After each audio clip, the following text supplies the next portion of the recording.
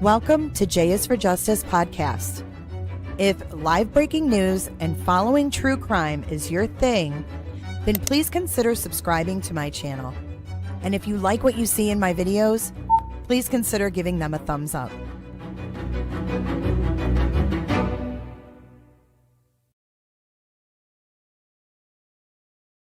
Yo, I think we are back and in business. Let me know if you can hear me. Can I get a 5x5, 8x11, 9x13 in the chat?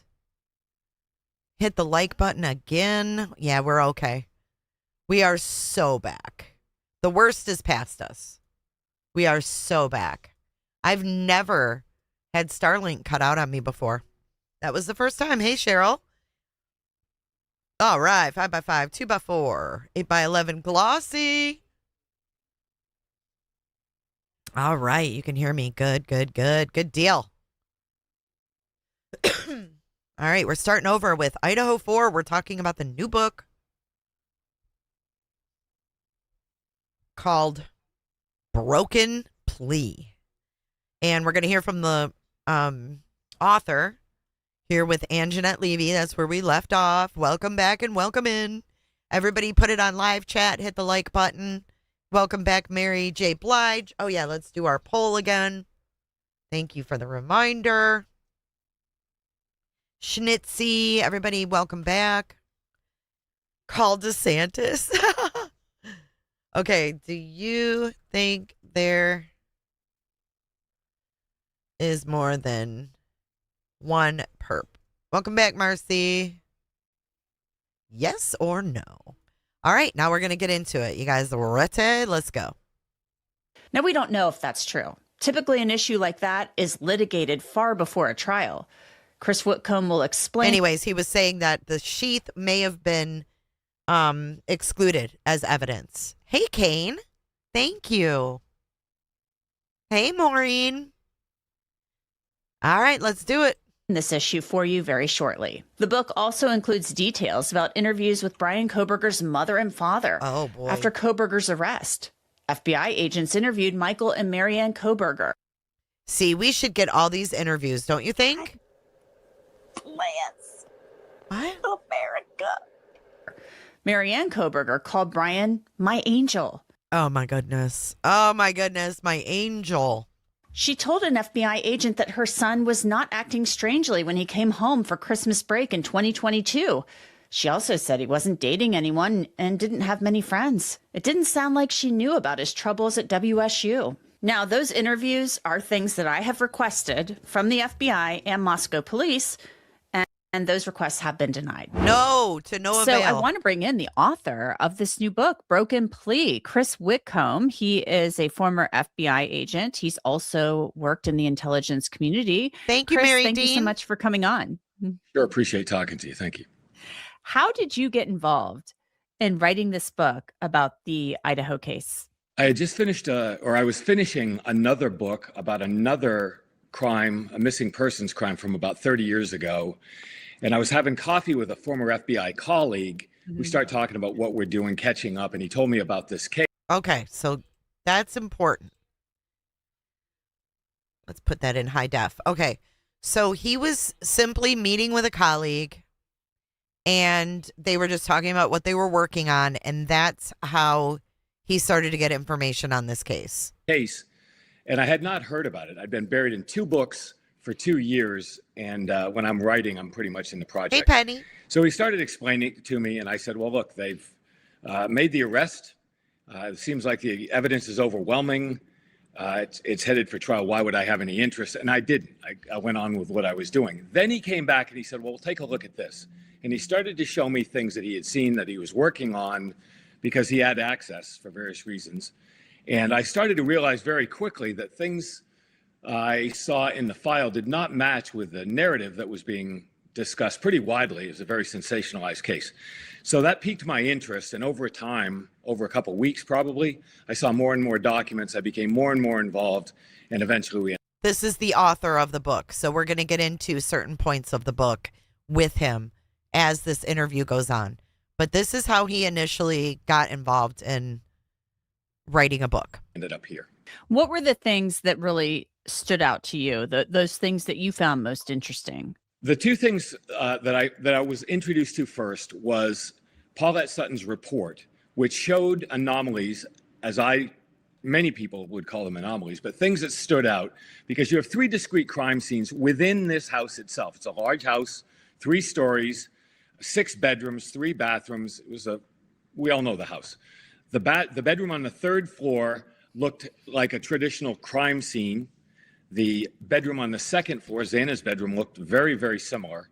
The characteristics, the blood spatter, the things that you would see in a homicide of this investigation. Now, mind you, he's seen things that none of us have seen because he is talking to defense experts. Okay? Smoke them if you got them, Jack. Yeah, he never heard of it, he said. That is pretty wild. I don't know where this guy's from, but yeah. An investigation like this, homicide investigation. And then the common areas of the 2nd floor, how the killers got from the 3rd floor to the 2nd floor, based on Paulette Sutton's report, eventually on Dr. Brent Turvey's report, and what I was seeing, it stood out as very, very different. The blood that was diluted with an unknown substance, many, many things that stood out as problematic. Okay, so he's talking about the blood being diluted, and that blood is on the staircase.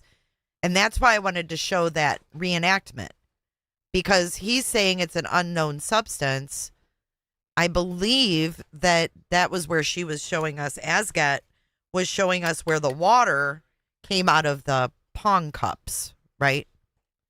Oh, happy heavenly birthday to your dad, Mary Dean. Then as I got looking into the details of the case, the knife sheath came up. And the knife sheath seemed to be problematic. From there, it became more and more compelling and led to an examination that turned into this book.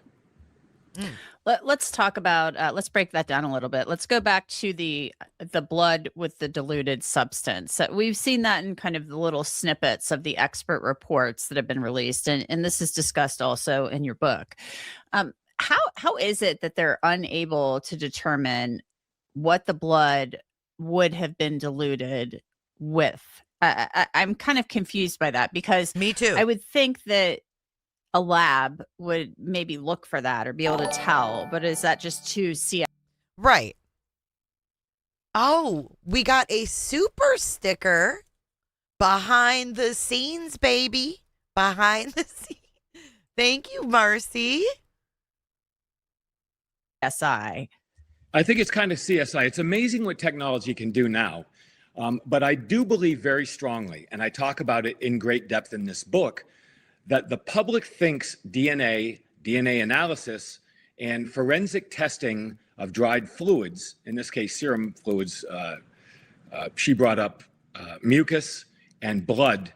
It's very different than what many, many people think. So the lab reports were fairly straightforward. You go down, it's a continuum, right? So you take a sample from a crime scene, in this case, either blood samples or swabs of those, goes to a lab, and they test them for certain things. First, is it blood?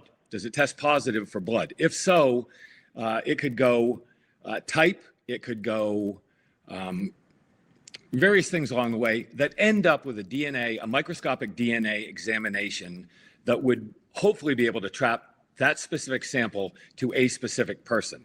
So along that continuum, things go wrong, things become confusing. Mixtures of blood can be particularly confusing. And in this case, trying to determine the chemical composition of something that would dilute blood from the blood itself, because you don't want to compromise the blood itself.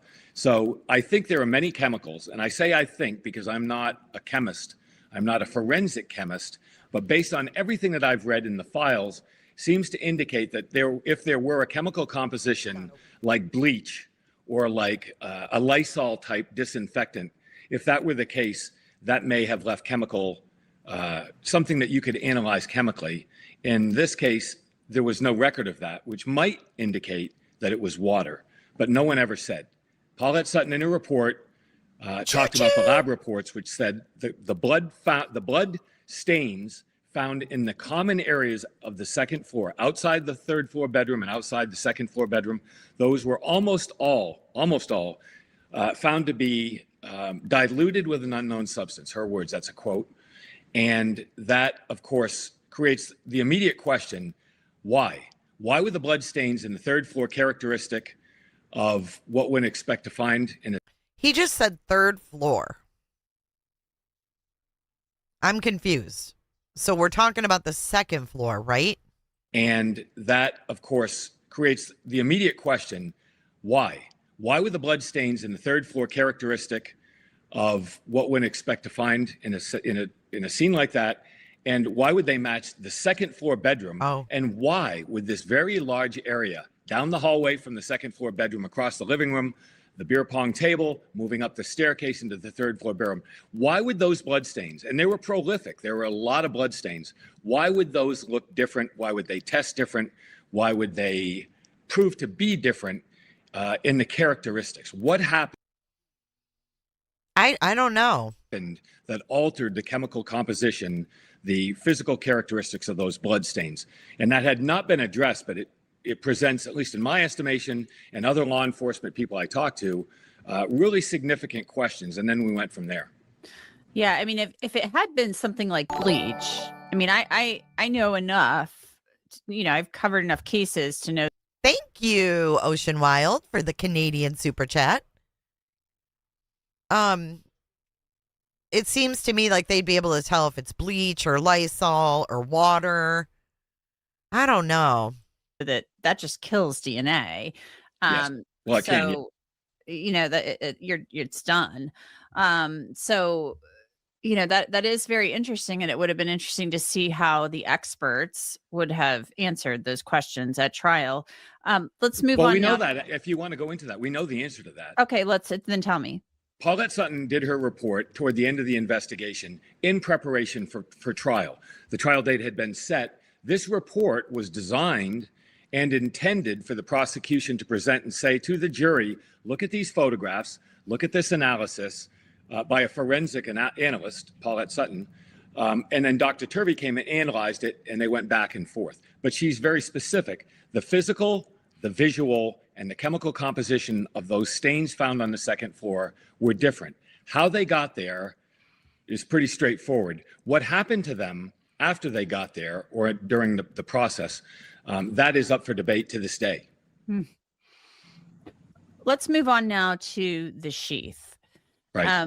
The sheath is as close as you're going to get to a so-called smoking gun in this case. I mean, that without the sheath, in my opinion, there's no probable cause for Brian Kohberger's arrest. I mean, I don't care how many white vehicle identifications you have. I mean, that is the probable cause in this case. So what are the issues that you and these defense experts, the reports that you've been provided, what are these chain of custody issues that you raise? I read in the book that you talk about how Talbot, the one ISP and crime scene guy, he was like the lead there. He's the lead detective. He says like in one report, like, well, he found it on the floor, but then, it's photographed on the bed. And he wrote that report a few weeks after being. So this is one part that I was like, what? So it's written as if he found the sheath on the floor.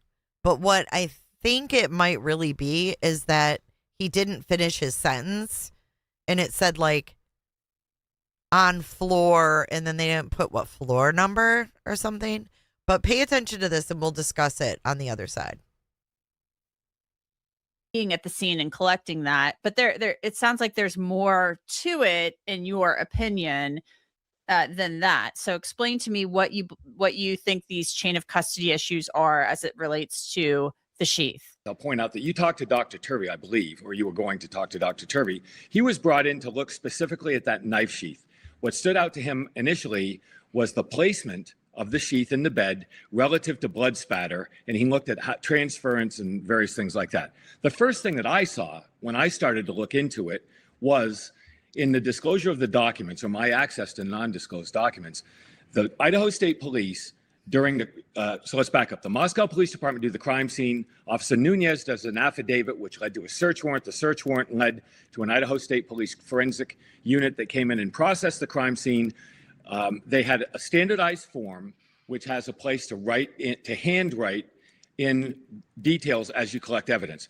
On item number 14, which Okay, we went over this on a previous stream, but what they did was they put a barcode on it because they like scan it for chain of custody. And then what they did was they put a sticker and they wrote like everything in. Who had it on what day? Hey, True Crime Sushi. Good to see you, girl. They wrote like in the same pattern, the same handwriting, same marker and everything. Doon, doon, doon, doon, doon. The whole chain of custody. which I believe was the second page of the report, the Idaho State Police hand wrote, I can't remember if it was a pencil or a pen, I think it was a pen, but it wrote item number 14, which was the knife sheath. So it says knife sheath found on floor next to victim number 3. So the first thing I thought of, let's give him the benefit of the doubt and say he meant to write found next to the victim on floor number 3. However, on the next line, or the line after that, he specifically states that Maddie Mogan, where the knife was found under her thigh, he identified her as victim number 3. So let's just say that there's no conspiracy here whatsoever. Let's just say that's what he wrote, contemporaneous with picking up the knife sheath, and he says it was found on the floor. Why is that a problem in any way? Who cares where it was found? That's a problem because by the time he wrote his typed formal report of the collection of the evidence, it was submitted, I think it was December 6th. It was about 3 weeks later, roughly 3 weeks later.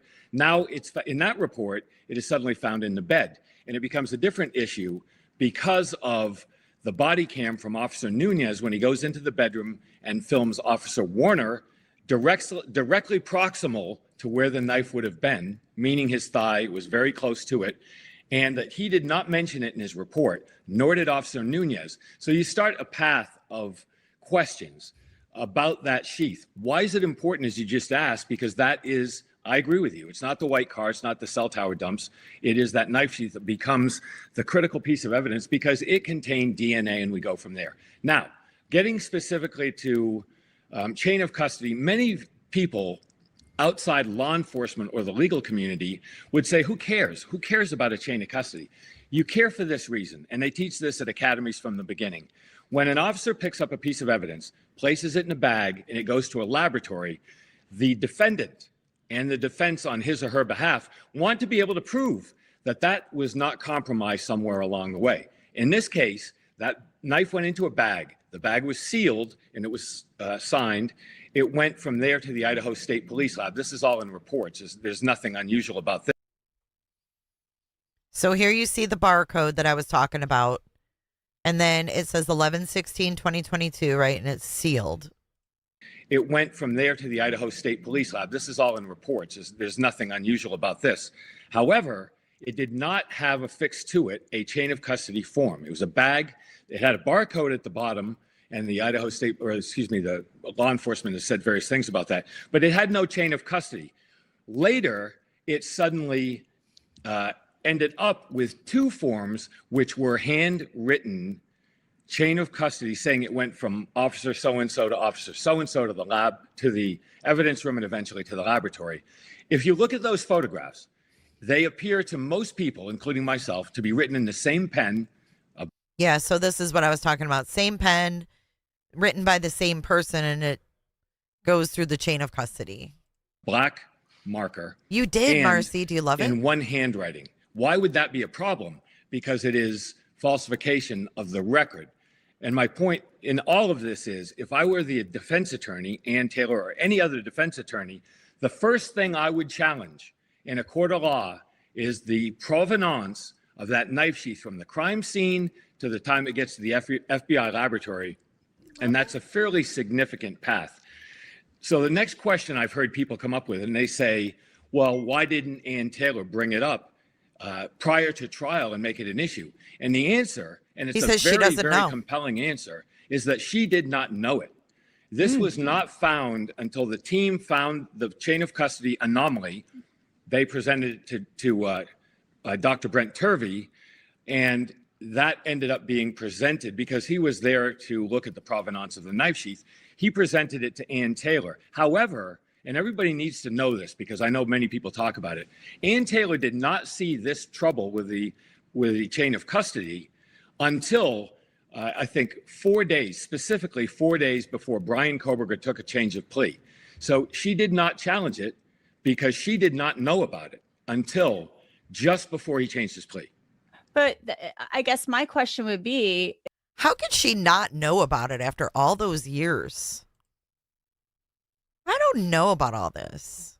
if she is notified that there's this chain of custody issue and that, oh my God, you could go back and get the entire case. I mean, maybe not the entire case, because that if that could have been litigated, why didn't she go back to the court and say, hold the phone? We've discussed or we've discovered that there's a major potential chain of custody issue here, and we need to file a motion to suppress this knife sheath because we believe that there is some type of, and we think we have the evidence to show in good faith that there was a chain of custody issue here, and we're going to file this motion. Why? Because the plea deal was in the works and they wanted to wrap it up and move on.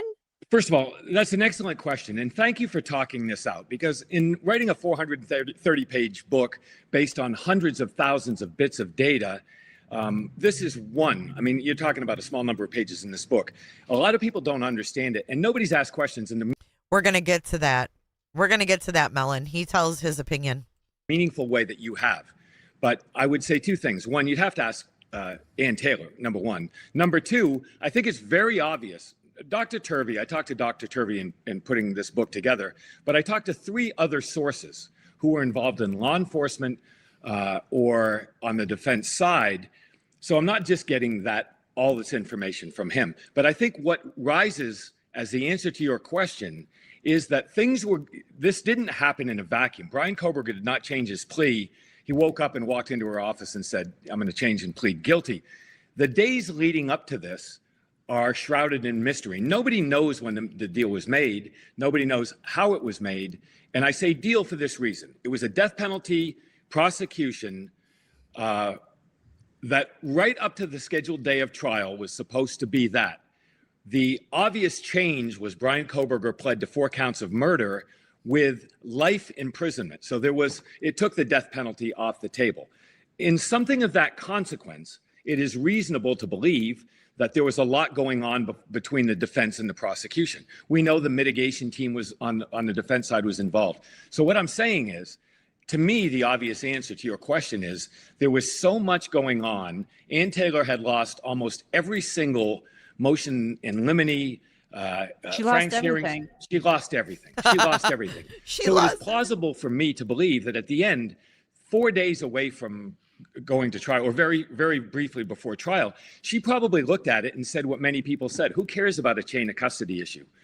I say I disagree wholeheartedly. If I had ever taken a case to an assistant United States attorney as an FBI agent building a case, I would have been laughed at. I would have had serious questions, probably disciplinary issues, if I had presented evidence with these issues. Now, why did that not come to trial? Because she didn't know about it till the end. I can say that unequivocally.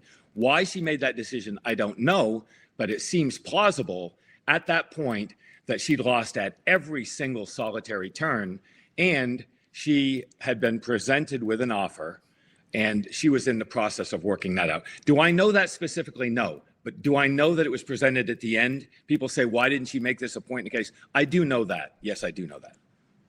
So Brian Kohberger on July 2nd, 2025 walks into court, and there's a statement of facts laid out. You write about it in your book. And they ask him if he's guilty, if he broke into the house with the intent to commit the crime of murder. And he says yes 4 times. He also said guilty 4 times. I mean, Judge Hippler went over this again and again and again. It's so he's basically saying, like, you got me. I mean, Yes. I was in the courtroom. I watched him. I He sat said there. guilty. There was unequivocal. He said yes, and he was guilty. Yes. Yes, he said Oh my God, Tom Evans. You guys aren't liking him. Well, I have the book on the way, so we're going to read it. it. And I remember as Hi, Bill Ostrich. Thompson was reading the statement of facts, I literally had a bird's eye view of Brian Kohberger, and he sat there. He just stared at Bill Thompson the entire time. I don't think he blinked, maybe twice the entire time. And he was listening intently to Yes. everything that Bill Thompson said. It was almost as if, in my view, it was like he was listening to see if he got it right, and if it was all correct. And so you've seen far more than the rest of us have. Do you believe that Brian Kohberger committed these crimes factually, from a factual perspective? I think you've read the book, right? You've read the book, or at least a lot of the book. I've read much of the book. Okay. In all of the book, in every single page of the book, I've said two things unequivocally. I don't have an opinion. I don't have a theory. I don't speculate. I say, this is the evidence. This is what occurred. And the very first pages of the book are that hearing. The book But says you were an FBI agent for years. Right. But I can't. Okay. If I come out and say what I think, immediately I corrupt everything that I've said in the book, because it's not about what I think. My job here, as I perceive it, was not to say this is a wrongful conviction. I do not shill for the defense. I do not say I'm a former cop, therefore I'm all the law enforcement. What I say is Chris Wickham, stipulate, as the lawyers would say, to the fact that he pleaded guilty. And I agree with every word that you've just said. But in the criminal justice system today, do people always plead guilty to things because they're guilty?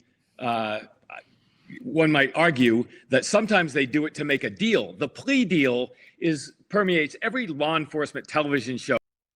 Yeah, he got a deal, but what was the deal? What was the deal? Life in prison? I just don't understand why, if there was a possible issue with chain of custody, why he would agree to a plea deal. To me, it doesn't make sense. I don't understand where the plea deal came from, unless the prosecution realized that they had these major fuck-ups in the investigation.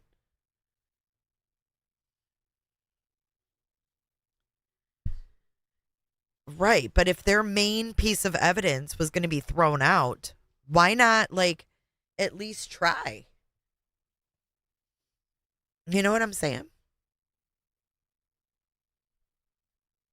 Yes, we're going to do story time with the book.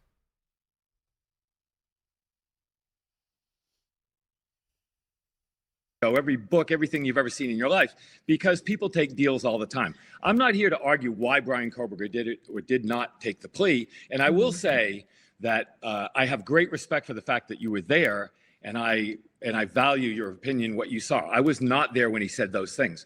But we all know, and we have all talked about in great detail, Brian Kohberger's social, I don't know, it's not a diagnosis, but the things, let me just say this to frame it. Ann Taylor filed a motion in limine and had to get Bill Thompson to agree in a hearing before Judge Hippler that the prosecution would not refer to him in court as a psychopath, right? That is court record. Mm-hmm. So there was a perception among you and me and various other people that he acted very oddly when he showed up in his interviews, the traffic stops, everything else. And I think that a person looking objectively would have to say, I don't know what's going on in Brian Kohberger's head. He's a very, very odd guy. So, well, we can agree on that. PJ says, I think he pled guilty to save his family from having to testify. I think they knew more. That could be very true. So looking behaviorally at a crime is important. And I agree with you. Looking behaviorally at him is very important. But if you're going to do that, you have to look at Brian Kohberger and say, there's a behavioral characteristic of the crimes themselves, what happened to each of the victims. So is it valid? Yes, your points are very valid. Do I say that Brian Kohberger did or did not do it? No, I do not, nor do I have an opinion for this book or talking to you. Do I see overwhelming issues with this case writ large that nobody has seen or talked about? Yes, I do. And I'll say this too. I'm the first one that put this together and came out with something. But I will tell you unequivocally, there are books and other projects coming out in the not distant future that will look at other aspects of this case. And I think I'm the first lightning rod that takes, that people talk about. But there are others coming. This is not over. This is the beginning. Do you think that this is the last that we've heard of Bryan Kohberger? As you know, part of this plea bargain did not include him, sitting down for a proffer. It did not include him allocuting. He didn't have to offer. He didn't have to give anything. Nothing. Nothing. He didn't And have that's to offer the thing. any corroborating information. Nothing. Which Yeah, that to me was weird. Why didn't they make him at least corroborate some part of the crime? Where's the clothing? Where'd you put the clothing? Where's the knife? Why'd you do it? Had you ever seen them before? Something. stuns me because I interviewed Bill Thompson and I said, you didn't even get a proffer from him. Nothing. Like you didn't get anything. Nor was it required. Correct. Nor was there any stipulation. I've seen all the talk, and Judge Hippler says you can't mandate it. And I would say, yes, of course, that's the case. But there are certain things about Idaho. You can't take an Alfred plea in this case. You can't do certain things. And one of those things is a condition of a plea agreement could have included allocation. That's certainly an option.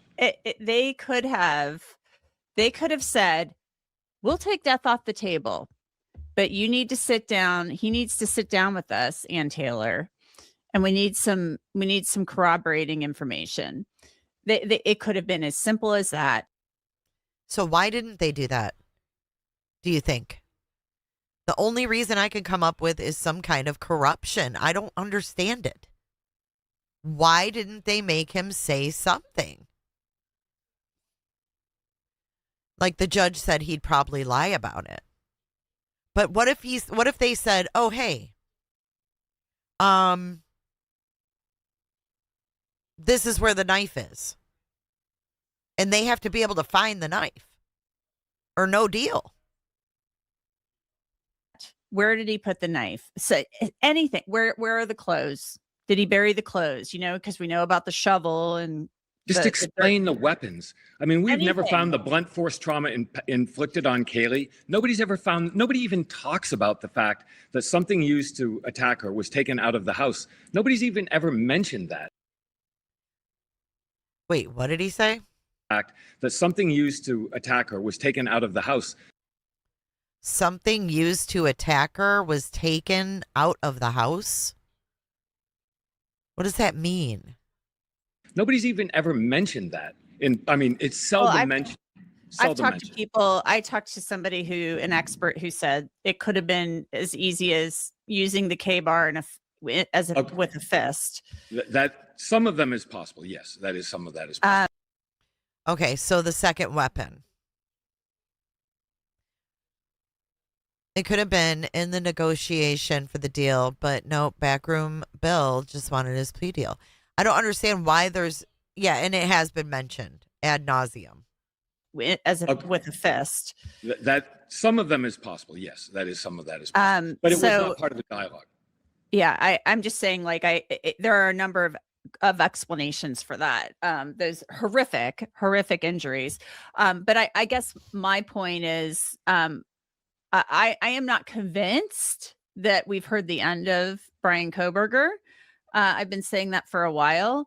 I don't know if there's a habeas petition possibly in the works, depending on the outcome of the Dateline leak investigation. And we don't know really what's going on with that. But I'm just saying to you, I'm not sure. It just seemed all just a little bit too tidy. And I'm not sure anything in life is really ever that tidy. I can only say thank you, because I've talked to so many people, and many of them were very, very, during the last week, talking in podcasts and things like this, I've talked to so many bright people that have been very involved in this case for 3.5 years. And I'm talking about attorneys. I'm talking about people retired from law enforcement. I've talked about podcasters who followed this, other journalists who followed it. You were the very first person that I've talked to that had meaningful representations of fact in the context of how criminal justice works. And I'm grateful for you bringing that sense and perspective. Ask questions. I'm not saying I have all the answers. I think it's critically important that we ask questions and hear the. She laughed. Did you hear her laugh? Ask questions. I'm not saying I have all the answers. I think it's critically important that we ask questions and hear the first person I've spoken with that asked those intelligent questions, and I'm grateful. Okay, so the Dateline leak, there was a Dateline on this case, and there was evidence that was leaked from an inside source, and the judge was pissed. And the judge said that he was putting together a special prosecutor for an investigation into the Dateline, who leaked to Dateline.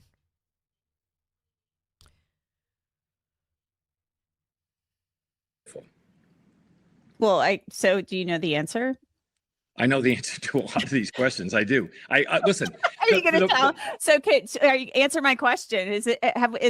Are we going to hear more? Is more coming from Brian? Place, I'm not gonna curse in your show, but my emotion would shine through and insert anything before yes, right? Insert an adjective before yes. I believe, based on what I know about other people that are working on other angles of this case, right? And one might speculate who those people are. There are a lot of other angles of this case. Scout Kohberger. Oh my God. Are you serious right now? He's a butter you upper. Scout Kohberger? You actually made a name? Watch her face in this segment. The second time she asked him, Anjanette is straying from mainstream media, and I appreciate the risk. Experts, and there was a lot of outrage. There was a lot of outrage in this case by people who worked really hard trying to find answers, who believed passionately in his defense or believed in the veracity of the prosecution's use of the evidence as it was gathered. And many of those people came to me. I didn't get all this from one person. I got it from different people that I respected, that I verified and validated. And those people are not done. Those people are not done. This is a book that brings us up to this point in time. There's more coming. I'm the beginning. I'm not the end of this. So there are people associated with Brian Kohberger's defense team who are still working to try to uncover what they believe was a miscarriage of justice. They don't believe he's guilty. Correct. Yes. They don't believe he's guilty. Look at her face. She's like, are you effing kidding me?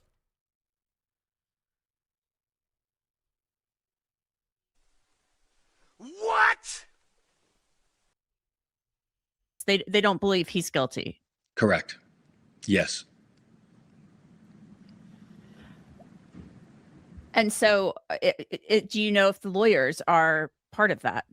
I do not know that. That's another great question. I wish I'd talked to you a long time ago, but the answer is I don't know. I have no idea what Ann Taylor and her legal staff are doing, planning, anticipate, whatever. I have zero insight into that in any way. I would only trust that Ann Taylor is a ward of Brian Kohberger's best interest, and she's looking at various options. But that's just my speculation based on the fact that she's a professional attorney. Dr. Turvey had said, I haven't seen his. So do we think that Dr. Turvey could have been the Dateline leaker too? What's up, Nanya?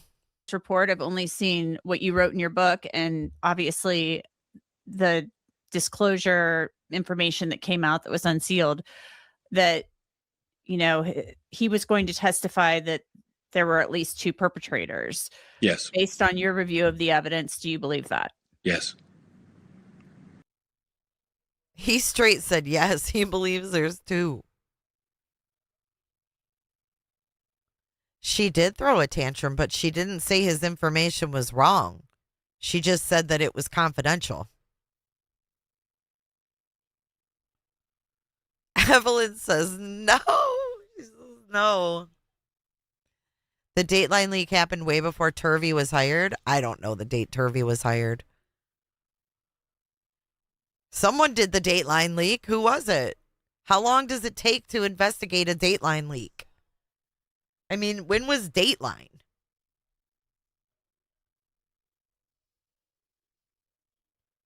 When was that? That was freaking May 14th, 2025. The terrible night on King Road. We're almost a year after the Dateline leak. And they haven't figured out who the FARC leaked this information? In a year? Why do I feel like they're not even investigating it?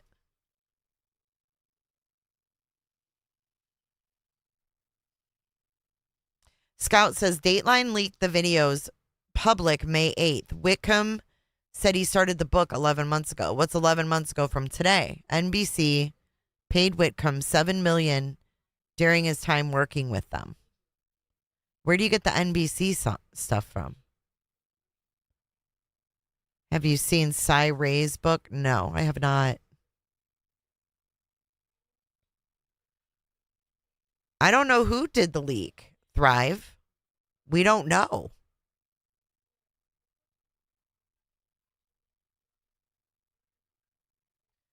I thought BK was guilty because the chief was in tears when they arrested him.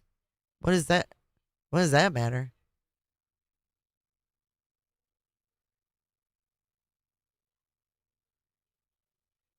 Anne still has till 9/2 to file an appeal.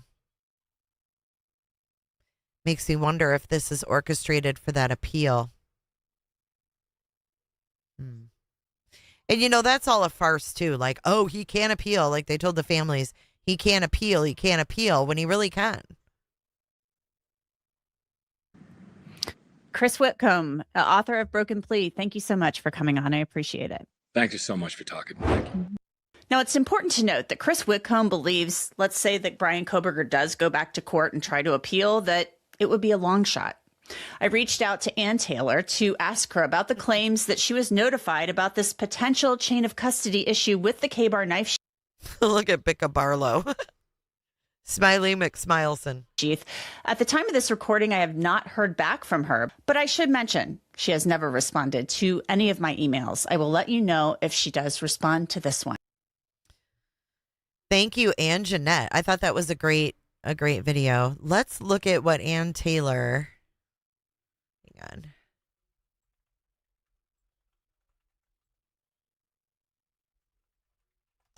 It's funny, we never heard from her before, but now she's coming out and she says she is appalled.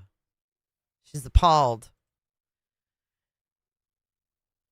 Lawyers for the convicted killer Brian Kohberger have taken aim at a forensic scientist hired to help in their client's defense. Now, this is your own expert here, Miss Ann. Asserting in their first statement since he pleaded guilty last summer that the expert witness violated a standing confidentiality agreement. Attorney Ann Taylor, joined by public defenders Alyssa Massoth and Bicca Barlow, alleged that recent public statements by defense expert Brent Turvey, including earlier this month to the Idaho Statesman, oh, we need to see that, falls outside the ethical and legal norms that are applied to experts in criminal cases. Among a host of experts, Turvey was hired by Kohberger's attorneys late into their handling of the closely watched case. So there we go. That's where you get where he was hired. He was hired, quote, solely to provide an opinion about the crime scene, nothing else, end quote. Now, this guy just told us he was solely assigned to the knife sheath. He signed a confidentiality agreement on October 30th, 2024, which the defense says remains intact.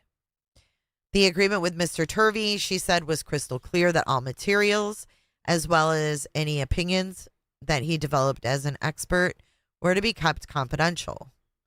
Mr. Turvey has not been released from his confidentiality agreement and is now speaking about topics that are still confidential, many of which are outside of his areas of expertise. In response to a prior interview request, Turvey provided the statesman with a previously unreleased photo of a police evidence bag. He said it showed the police chain of custody for a key piece of evidence in the case was insufficient and would have been challenged at trial. Moscow Police Chief Anthony Dollinger and legal experts in Idaho, unassociated with the murder case, told the statesman that Turvey's allegations were unfounded and would not have resulted in the knife sheath, nor the DNA on it being excluded at trial. Turvey is thanked and featured in the new book about the Moscow homicides case called Broken Plea by Christopher Whitcomb, a former FBI agent who did not work on the case. Anne went on to say the defense team is appalled by Mr. Turvey's behavior and his release of documents and information that he knows are confidential. His reliability should be seen through the lens of this conduct. Well, that's just wonderful because that was your expert. And that was who was supposed to testify for you to put Brian Kohberger away if it went to trial and potentially give him the death penalty. So here she is saying, oh, well, his actions should speak for himself. Well, that's your fucking expert you brought in. I'm not a pro-burger either. You can be for justice and not be a pro-burger. I wonder how much Dateline paid for the leaked info. Who knows? It can be heard y'all are crazy. Why do you got to call people names? In 30 years, Bill Thompson has never taken a capital case past the mitigation phase. He was about to start now. Defense always leaks. I don't know. Let's see. On Tuesday, in an interview with the Statesman, Turvey rejected his former contract employer's accusations. He said the state already released almost everything he's talked about. We haven't seen any interviews with Kohberger's parents. And called the defense team's claims a deflection from issues with the case after questions have continued to be raised about inconsistencies in the investigation and the decisions that led to Kohberger's plea deal. The bottom line is, he said, in my 30 years, I've never divulged confidential or case-sensitive material that was outside my realm or outside my anything, Turvey said by phone. Nothing I shared was not already public or at least provided in discovery that was actually data dumped by law enforcement in Idaho. Well, I want to see the interviews with Kohberger and his parents, or read them. The transcripts, at least. This is an extraordinary case with extraordinary types of exculpatory evidence that were not being brought to light, Turvey said, referencing items and information that could disprove Kohberger's guilt. He said, and I quote, and that's the reason for the discussion with Whitcomb, because so much stuff was being misstated and buried and not talked about by both sides. So is he basically saying that he didn't believe that Ann Taylor was going to go forward with this information? So basically he's saying like she didn't give him competent. I don't like that. I don't like how this is being worded. So much stuff was being misstated and buried. He's making it sound like Taylor was burying evidence that could exonerate her own client. He challenged Taylor and her team to point to specific violations of the agreement he signed, because nothing he said reveals attorney-client privilege information or would cause harm to their client, he said.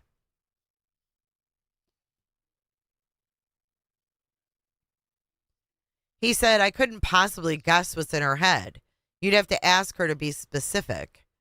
And if she's too specific, she can get herself into a lot of trouble. I mean, this is someone who was supposed to work with her. You know? Auntie Cheryl says, I don't believe a word of it. 38% of you think there was more than one person. 38%? That's a lot. All right. So the next thing that I wanted to pull up is there's been interviews that have been released. And I wanted to start going through them with you guys. And I thought we could listen to Jack Showalter today. But what I'm going to do is end this poll because we started it in the beginning. And I want to do another one.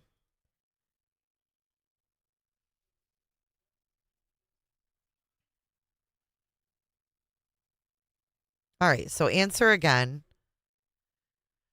We ended at 62% and 38%. No, 30.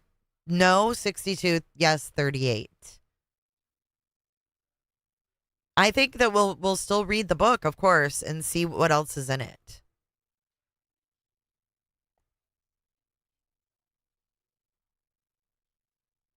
If that person's alive, I just don't see it.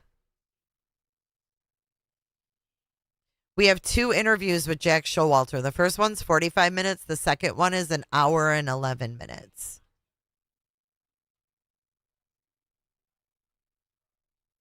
You think it's all a ruse, Vogue? Vogue Mod is not buying it. But this channel called Connor, I'm going to give you guys the link so the mods can share it.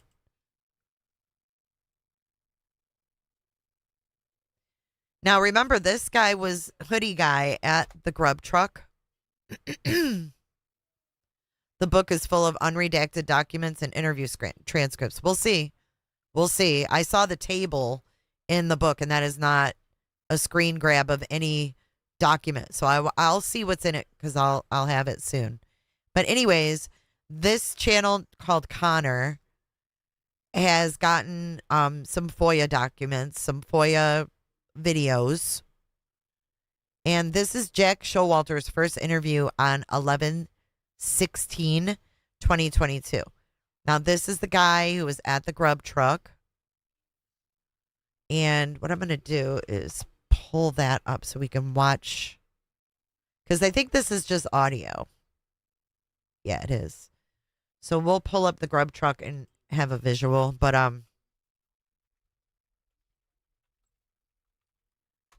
the next one, it has video to it. Hey, Asane. I hope you have a good day at work.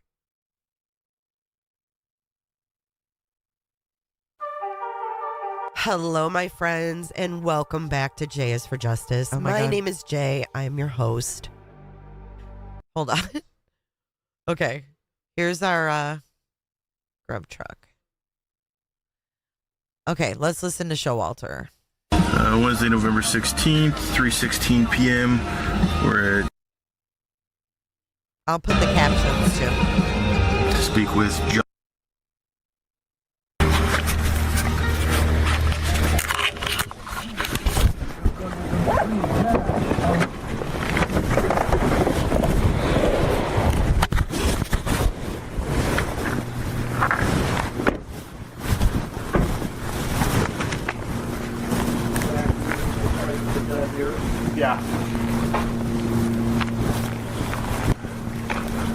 Yes, around this way. How's that?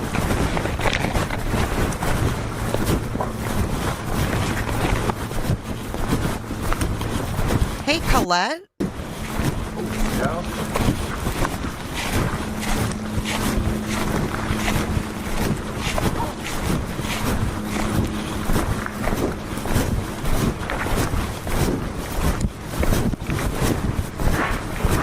Well, hold on. What if there was somebody, but they're no longer alive? What if there was a second perp and they're no longer alive? Is that possible? I mean, I think it's possible in the Nancy Guthrie case that porch guy is dead. What do you guys think? Do you think it's possible the porch guy's not even alive? I mean, shit. Whoever took Nancy could have taken him out too. But anyways, here we go. This is Jack Showalter. This channel is Connor. And this is November 16th, 2022. Have a good day, Thrive. Hey, Eve. Open minds are a good thing to have. Good, thanks for being here. You guys hit the like button. Let's go. Hey, good. How you doing? Hey, Jack Miller. I'm Jay. Nice to meet you. Hey, we got contacted by Moscow PD. Yeah, I assumed someone would Come talk to you? Okay, we're talking to, well, unfortunately every Idaho kid lives down here in the valley, so now we've been saddled with I'm it. glad to hear from you guys. Okay. Do you want to do it in here, or? You guys are welcome to come in. Both my parents are gone right now, but that doesn't matter. One of them is about to show up. Okay. Okay. Hey, bud. Now, this guy lived right around the corner. So when you turned on King Road and then turned left on Queen to go to them or whatever it was, Queen and King, I don't know. I don't remember. But when you first turned off Taylor onto the street, King or Queen, to go towards their house, he lived like right there on that road. Yeah, how you doing? I'm going to go grab a drinky poo. I'll be right back. Yes, sir. Okay, did you play? Oh, okay. I haven't heard this yet. Have you guys? I think we may have read the transcript to this. You know what I mean? Oops.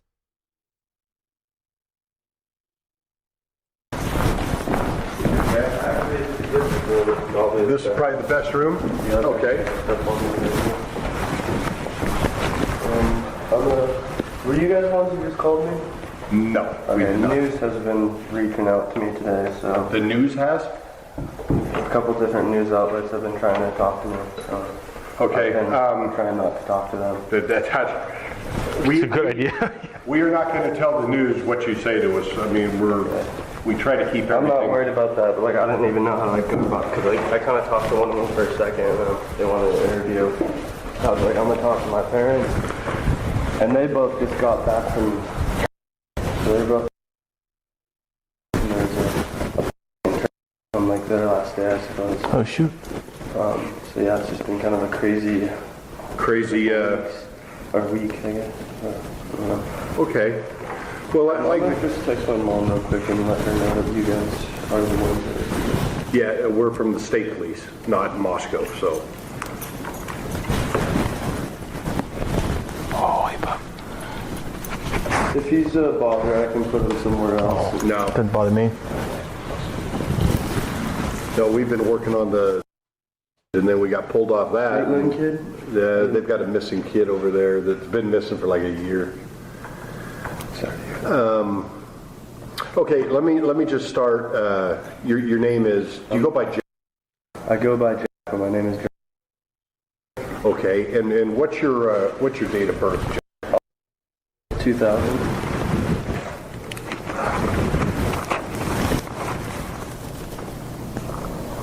Do And you mind if I get a drink for this? Like a water? no, Do you guys need anything? no, we're fine. We're fine.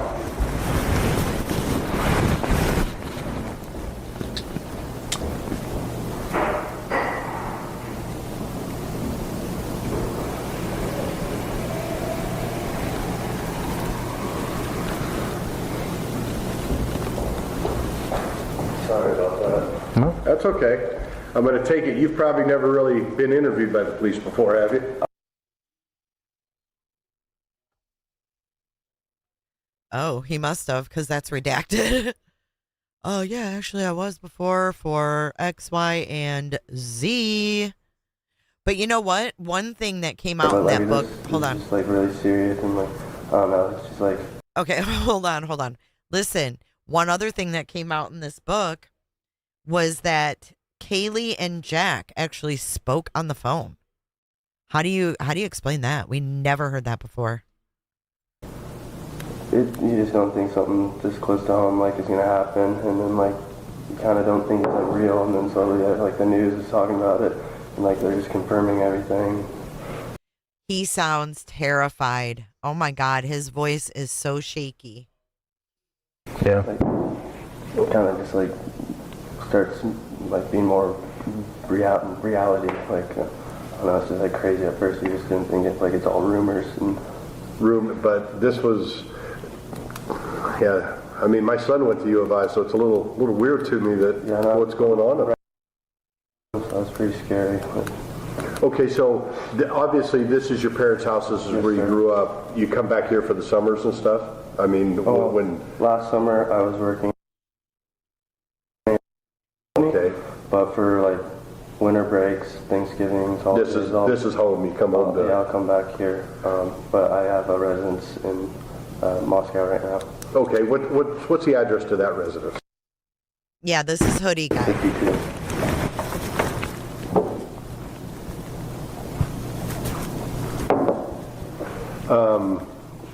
Okay, I kind of know that area then. It's literally they were. What was because the Moscow PD gave us an address for that house of Their house, like King Road? Yeah, so King Road and like Queen Road like intersect. So like this is King and this is Queen, and their house is like here, and I'm farther down in the apartments. How far do you think that is? Oh, okay. So you are pretty close. Like my like investigation, like the first day, I guess. So yeah, it's pretty scary. Definitely like nerve-wracking, like walking outside of the apartments and stuff a little bit. Did you know these individuals? So I know Maddie and Xana fairly well. The male I've All right, never guys, met, another and car then video. Gotta remember to the limit. Kaylee chick I was with the night of, but I wasn't really aware of who she was. I was more like friends with Maddie, and that's why I was hanging out with them. And then I didn't find out until a day or two after that she was the person with me and Maddie at Grub Truck after the bars. Okay, so you were friends with Kaylee. Am I or Maddie? Maddie. Hi. Hello. Hey. How are you? What the hell? Hey, sorry, I've got Are these his parents, I think, arriving? But I shouldn't be talking? I don't know. Do I need to have anyone with me? I don't even know. I don't know what they want from you. Hi. James. How are you? Should he have a lawyer? He's not a suspect or anything. We need to know. We know that he was with at the corner club and at a grub hub thing. Right. That's all we know, that you have been seen with him. Yeah, I'm totally comfortable with talking to you guys. But Okay. Okay, can I sit in here? Yes. Yeah, you yeah, can sit in absolutely. there too. Okay, thank you. How you knew? You knew Maddie or? Yeah, Maddie, I've known. He's, I think, the oldest out of the group who was playing. She was in my PC, so I've just known her since freshman year. She's had relationships with some of my buddies, so I've just always known her. Whenever like my girlfriend came to visit for events or formals, she was always hanging out with her and being like nice, and you know, like they weren't really like friends. She'd just like come around and be a part of the group, so she was just always kind. So I just always thought of her as a nice person. And then I have a class with her this semester, so she'd help me with homework and stuff, and we hang around the same crowd. So yeah, I'd see her and Xan all the time, and I suppose I'd probably see Kaylee a lot, but I just didn't know who she was. Okay. And then I don't think I've ever met the dude before, Xana's boyfriend before. Okay, so he isn't really does he even go to school at U of I? I believe he's a SIG Chi is what I've heard. Okay. I think he's a year younger than me. I think. Okay. I've never had a conversation with him.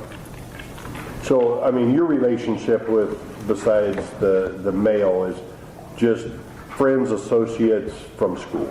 Yeah. I mean, you're not romantically involved with anybody, just friends. Okay. No, Maddie Mogan, she's dating one of the fraternity brothers of mine. That's not a close friend of mine. He's a year older than me, but one of my brothers. So I've just always thought of her as like a good friend. Okay, what's his name? He lives in as well. Okay. I actually spoke to him on the phone today, just like because he's aware that I was with her, and just kind of telling him like how I was with her and stuff, and why. Just because I'm sure he was wondering, but he's doing okay. But, yeah, so no, nothing romantic. Like I have a ex-girlfriend that I'm still kind of pretty trying to talk to. Okay. Yeah, I know how that goes. Okay, I'm going to stop right there for a second. I want to show you this part. This is from Plunder. And this is what I'm talking about where Jack D talks to Kaylee. Okay, so we have right here in his table, you can see 11/13/2022. Can you guys see it? Why is my cursor over there? That is so weird. Anyways, you can see on the table, it says at 2:26, Jack D calls Kaylee. They talk for 17 minutes, 4 seconds.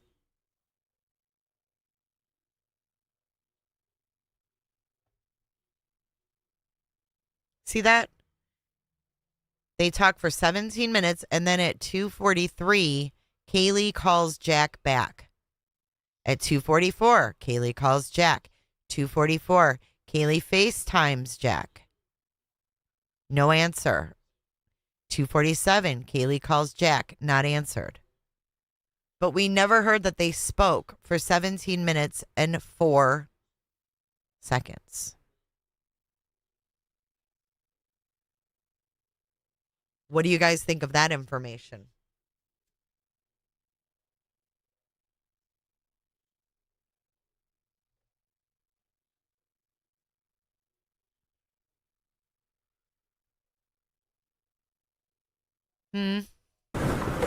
Okay, so on that night, I mean, this, if I get to, and remember, we're getting this relayed to us from Moscow, so it sounds like everybody's out on a Sunday night. Was it a Sunday Saturday night? Saturday night. Well, it turns into a Sunday morning, I suppose, because I think it was a game day, and we were out at the bars after the game day, and then it was close to 2. So I originally, Maddie, I was just talking to Maddie at the bar, and for whatever reason, she was like, "We're going to John's Alley to do blah blah blah. Like, do you want to come?" I'm like, "Yeah, that sounds fun. I don't go there often. Go to the corner club." So I just thought that would be fun. And then, like, the original reason they wanted to go is get some. No, the problem with it, G14, is that Jack says they didn't talk. Okay, that's what's wrong with it. It would be friends on a call if Jack said he talked to her, but he said he didn't. Why? What was it? Sort of food that John's Alley had, but on my way there, they just wanted to get grub truck for whatever reason. So then I was just with them there at grub truck, as you can see in the video, I was just kind of standing while they're getting their food. And then right after they got their food, I don't know who it was, I just thought it would be one of their friends, picked them up in a silver sedan. And they just went home, and that was the last I talked. Like I said, "Have a good night, Maddie." And, like, they got in the car and left, and I walked home. Since normally we have DDs, but their shift stops at 2. It was past 2, so I had like a nice coat and stuff, so I just walked home. Okay. And then went to bed, and then had people calling me in the morning, because I live right there and stuff. And they're like, "Do you know what's going on? Have you seen outside?" And I'm like, "No." They're like, "There's like caution tape and stuff around that house and stuff." I didn't believe them and stuff. So you come home, sounds like a fun night. Go to the corner club. Been there a few times in my life. I think I got home around 3-ish. Around 3? Yeah, because we were probably at the grub truck a little bit sometime after 2. Probably left grub truck sometime 2:20, 2:30 maybe. Took me 20, 30 minutes to walk from grub truck to is when I kind of cut across in between this house called, like I don't even go by their house the way I go home. I can show you on maps if you'd like the direction I go home. I think I know where you're going to cut through. I don't take the... Everybody's cut through there.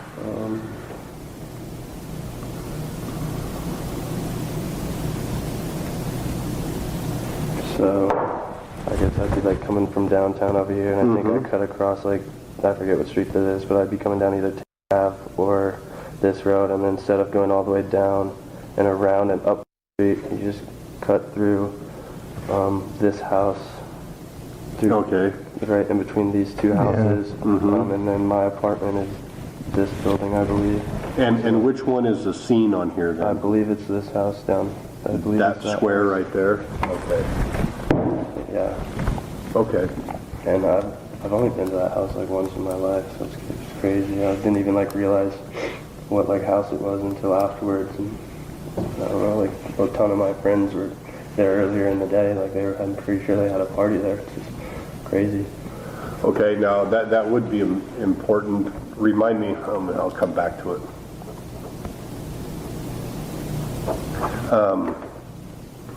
So you get home, go to bed. What time did you get woken up or whatever?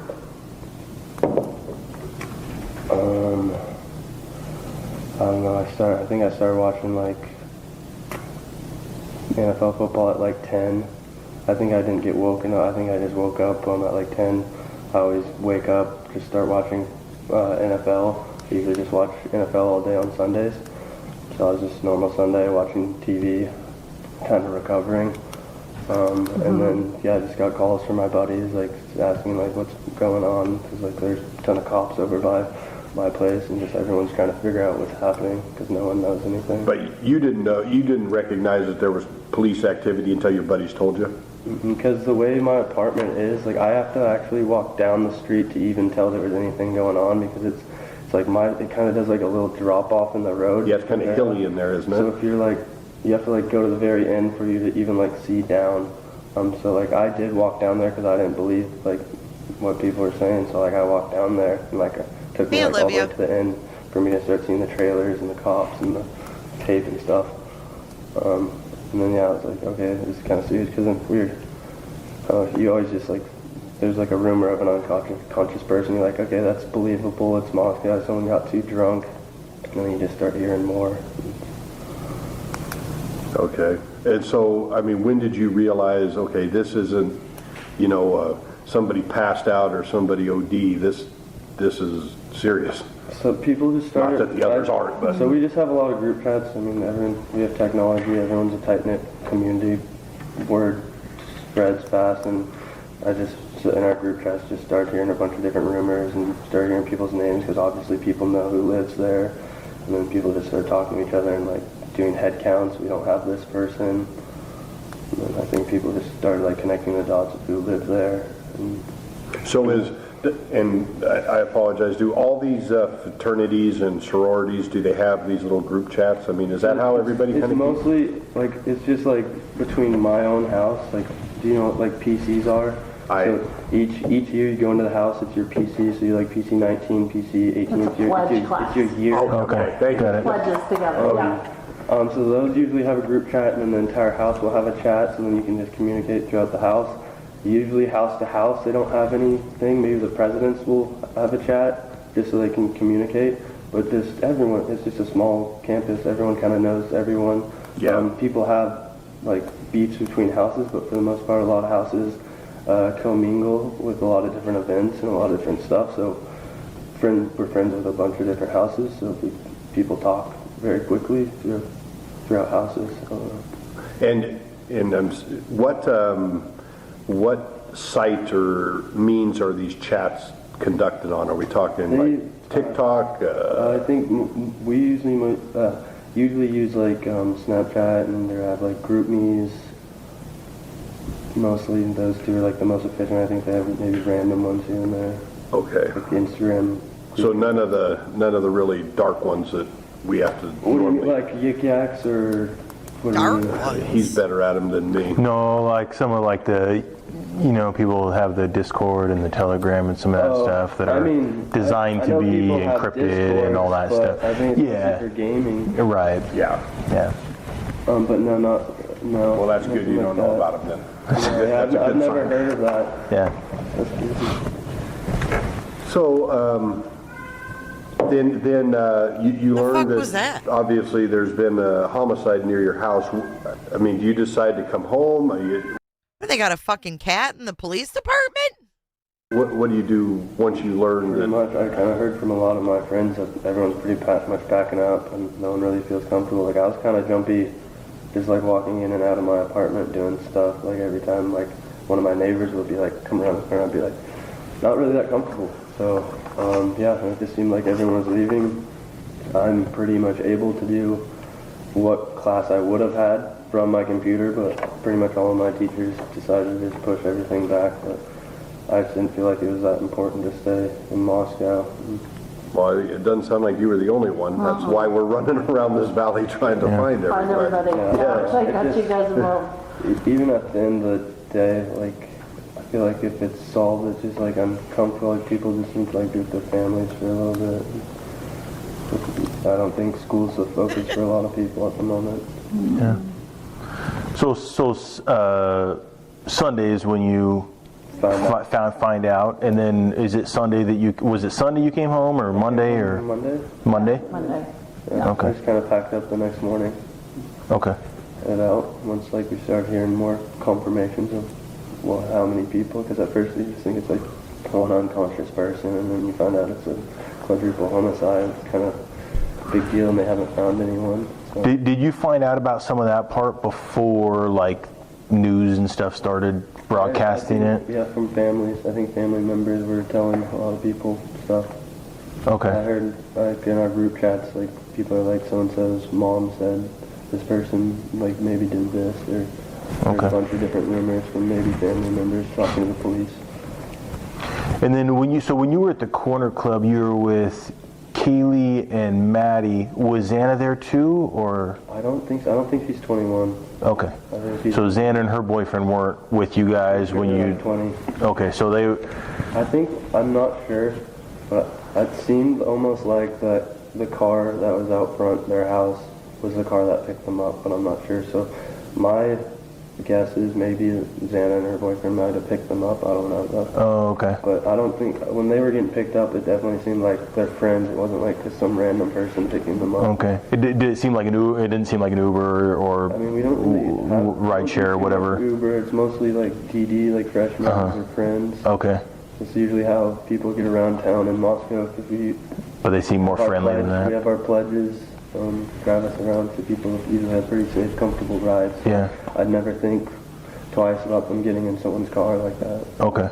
And you said it kind of seemed like the car out front was maybe the same car that picked them up? Well, I mean, it was just So Xana's food was, we saw the bag in the kitchen. There were fries on top of the microwave. So I guess she already ate before, which doesn't make sense because the food got dropped off right before he freaking came in. And then she was on the tiki-talkies.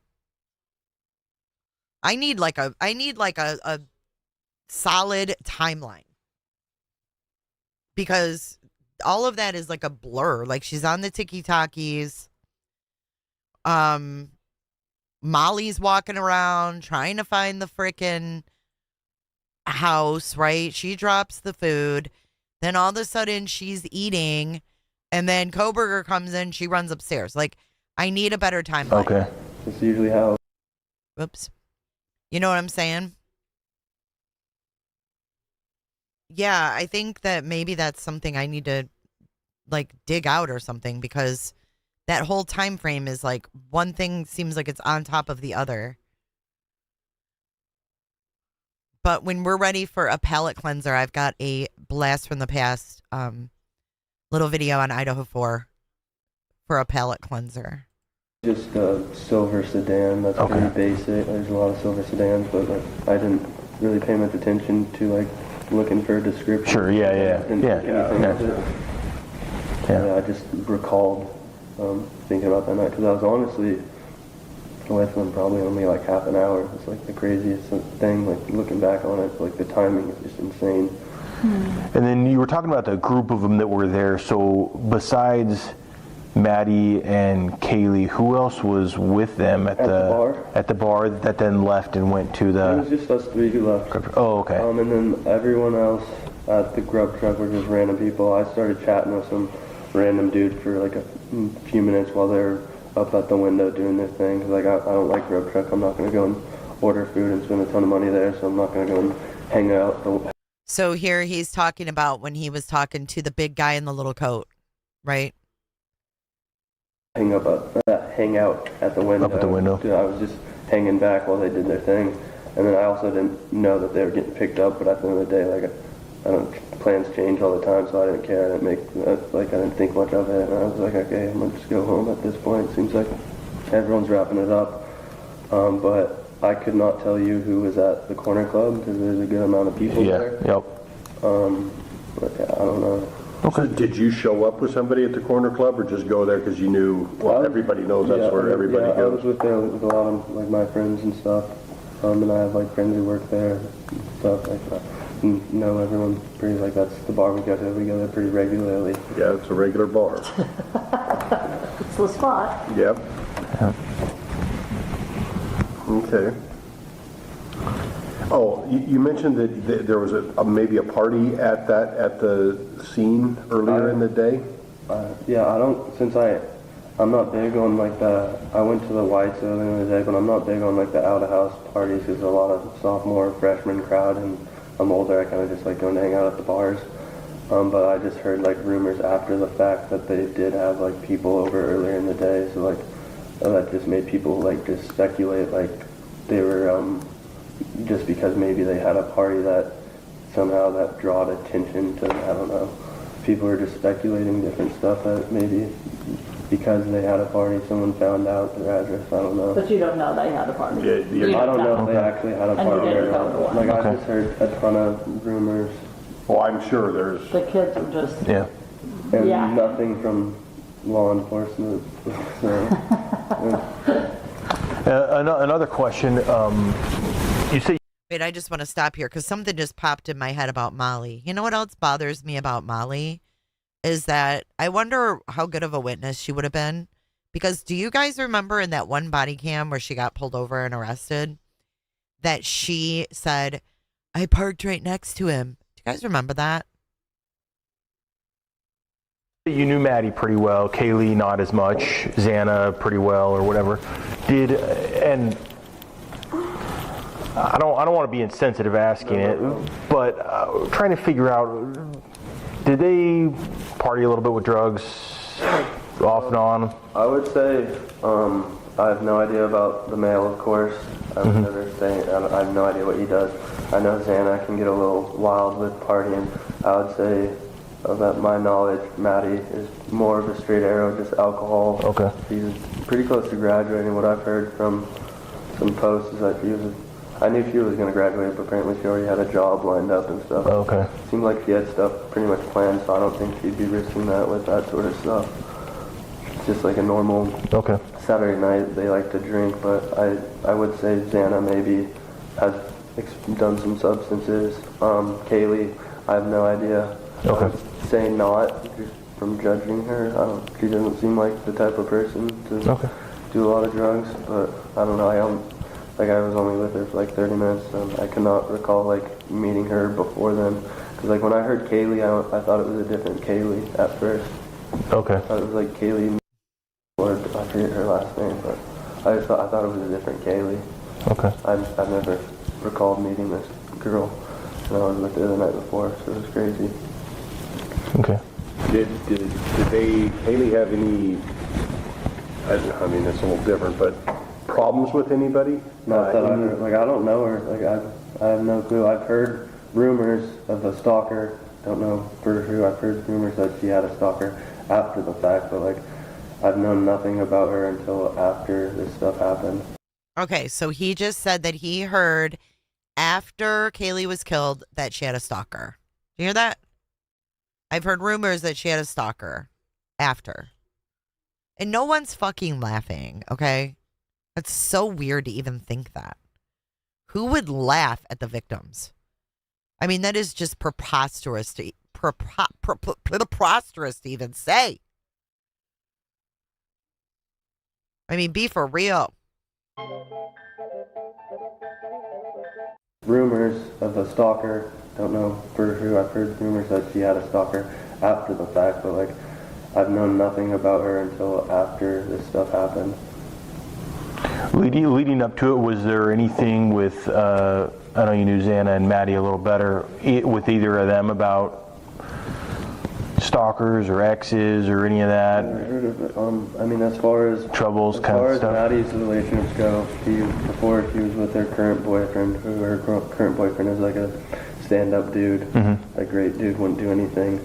She was kind of like, not dating, but kind of like on and off with one of my close buddies, and he's also someone I'd never think he wouldn't do anything either. And that was like, well, they were like on and off a long time ago, just like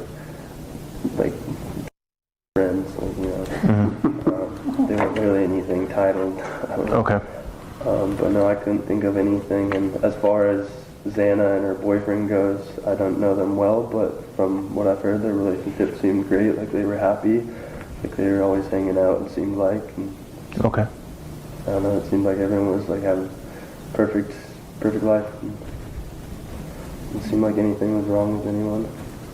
These rumors of the stalker. Do you know who we could talk to find out more information about the stalker, or if somebody was bugging her? I'd say just any girl, any Pi-Fi girl, because I believe both. I know Maddie is a Pi-Fi, and I believe Kaylee's a Pi-Fi. So they would definitely. I believe the girls would know, if anything, like just the girls in the house would know the most about people they're talking to. I'd assume, even pure girls talk. Right? How did you guys find? I called him. Yeah, he called Moscow PD and said that he wanted to talk to him, but then he's down here. Oh, and then they sent. And now we're getting lists. I get you. I bet you got a lot of lists.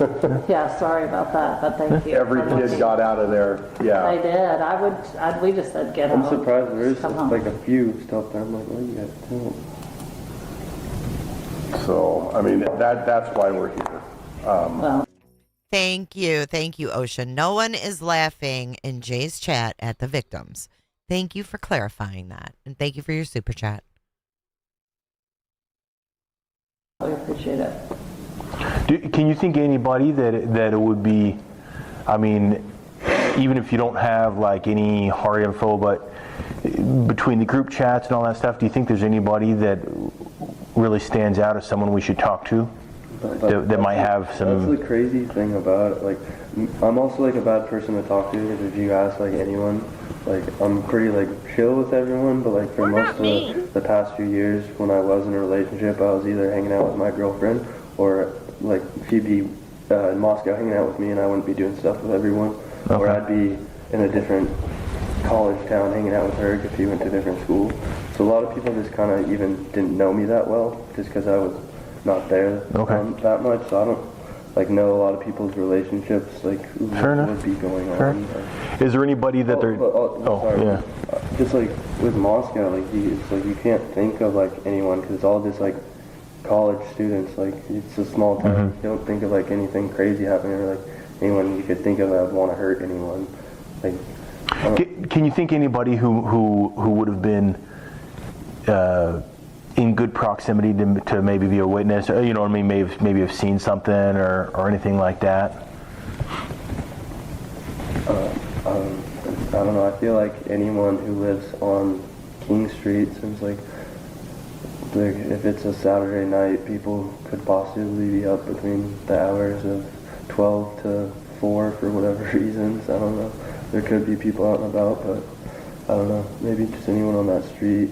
People that's pretty far away, but Sig Kai is across the field, kind of from those houses. They kind of have a view over there, but I don't know. Okay. I don't know. What about, let's set students aside. You know, every town has a troublemaker, you know, in the town, whether it not being a student necessarily, but you know, I wouldn't say town, anyone really gets into that much legal trouble. It's all just like that's when people think it's crazy, because like the biggest, craziest thing that happens is people getting like MIPs and DUIs. Like it's like drinking stuff. It's not like acting out.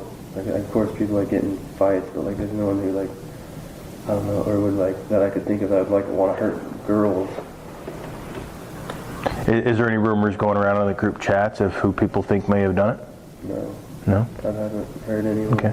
That's why everyone is just so like scared. That's like the number one reason I'd say like a lot of people are scared, is because it is such a tight community, and no one knows who it is. So it feels like it could be like anyone, like who could it, like you don't know who it is. It could be your friend supposedly. They don't know who it is. Like the cops don't know who it is, and they're not telling us. Like yeah, kind of worries you. What about it? Nothing in the rumors about what this could be over? I mean, everybody's going to speculate, of course, but nothing like that going on in the... The only one that would make the most sense to me is that, like, love, like maybe like, I don't know who it would be, but like someone was jealous. That's the only thing that would really make sense. I don't know why anyone else would act out like that. Like, people act out over love, that makes sense to me, but like, I don't see any other, like, why someone could like do that for any reason. Like, I just can't find any motive for anyone, is what I'm trying to say. Like, it just doesn't make sense. It seems very senseless. Well, most of them are. I mean, has it been released? I mean, like I said, we've been working on a whole separate homicide and got pulled into this one. Have they released how they were killed? I don't know. I've just heard different rumors, like either drugs, stabbing. I've heard maybe some got stabbed, some didn't. Or I've heard from people that there's fentanyl. I don't know. Okay. They're all making stuff up. I think. Okay, so it's... I mean, we haven't heard anything from the So police. the police haven't... I don't I'm trying know. not to look at the news because apparently I'm on it, so I don't. That makes me sick to like look at, because they have So- videos of Poor me kid. at the grub truck, and so that's why the news is like trying to reach out to me. Oh. yeah. So the grub truck must have some So they camera? they They have a video stream. You know what Twitch TV is? It's a live stream. Yeah. Yeah, I'm sure So my daughter's because told me, but... they're always parked like down by the bar, so they always have drunk kids coming there ordering food, so it's free content.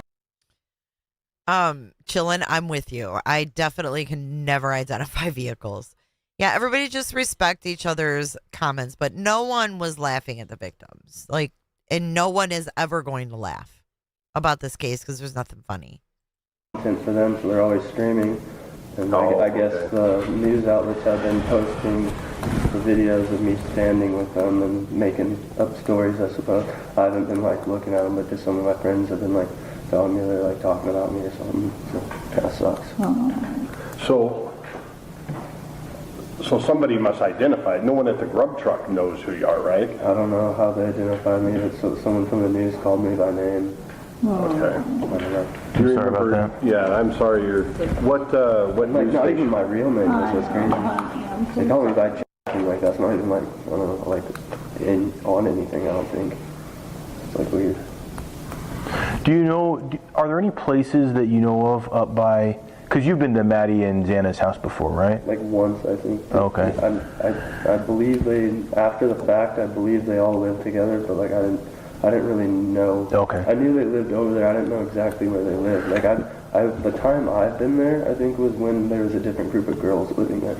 Okay. Honestly. Do you know any places up near their place that have cameras on the, a lot of people are running Wi-Fi cameras in their houses. I've noticed that I think there's like someone has one out front of one of like my building, but I don't think it's like really facing anything that's helpful. I think it's facing just out on, so maybe you could get someone going by that way. But yeah, I have seen, that's the only camera that I know of. I don't know which part. It's like one of the first. So on your building, but on the... Not on my building. It's like building closest to their house, I believe, facing towards like all the fraternities. Okay. I believe I saw in one of their windows they have an out-facing camera. But other than that, I have no clue. I don't think a lot of people our age invest in security cameras. Right. Okay. Well, I know they're sending us a bunch of security footage or something from Moscow. I've course, we haven't gotten it yet and looked. Of that, I think, is that street that you live on? Yeah. So, I mean, hopefully we can get the comings and goings at least of that street. I don't know if I don't know what all's going to be in the video package or what we're going to be required to look at, but, and I don't know where the camera is. Isn't there when you get out to 95, isn't there a gas station or something? Is it 76? Yeah, okay. Maybe that's what it's from, I don't know. It's kind of far away though. Yeah, that's a long way from action. I just don't know if the school has any on that whole apartment complex that's None of the fraternities where Sam lived. none of the fraternities would have anything. I don't know. Do you remember about, so you left Monday morning to come back home, Like, yeah. is that right? If it looks Probably like a noonish. duck and walks like a duck, Noonish and is when you quacks left like a there? duck, it is a Okay, duck. that's what, I got home at like 6 hour 7. drive? Okay, so, okay. Yeah, they have to drive the speed limit, Miller. Well, I also And go. it's, you lose an hour, yeah. Oh, yeah. I don't like going through, so I go through like, so you don't have to like wind through the mountains. Okay, Okay. It's about like it's the same amount of time. It doesn't really matter, but yeah. Yeah, you cut down through that way. Yeah. it's a little flatter. So really, from the time you got home from the Grub Hub and that hike you made, you don't really leave your house till you head for home? No, I did. I left my house in the morning. In the morning, Sunday morning. You guys think okay. Kohberger killed before? I picked something up. Okay. Okay, yeah, that's the least of our, We're not the least of our worries. Okay. Which blows my mind because I was so confused about the times of everything because I would believe I think it was before 10 or around 10 that I would have done that. So I was either sitting watching football and went and done it, or I can't remember if I just did it and then watched football. But I drove past their house before the police must have been there, I was thinking. Because I swear that there wasn't police When you went by? Yeah, Okay. and there wasn't anyone outside.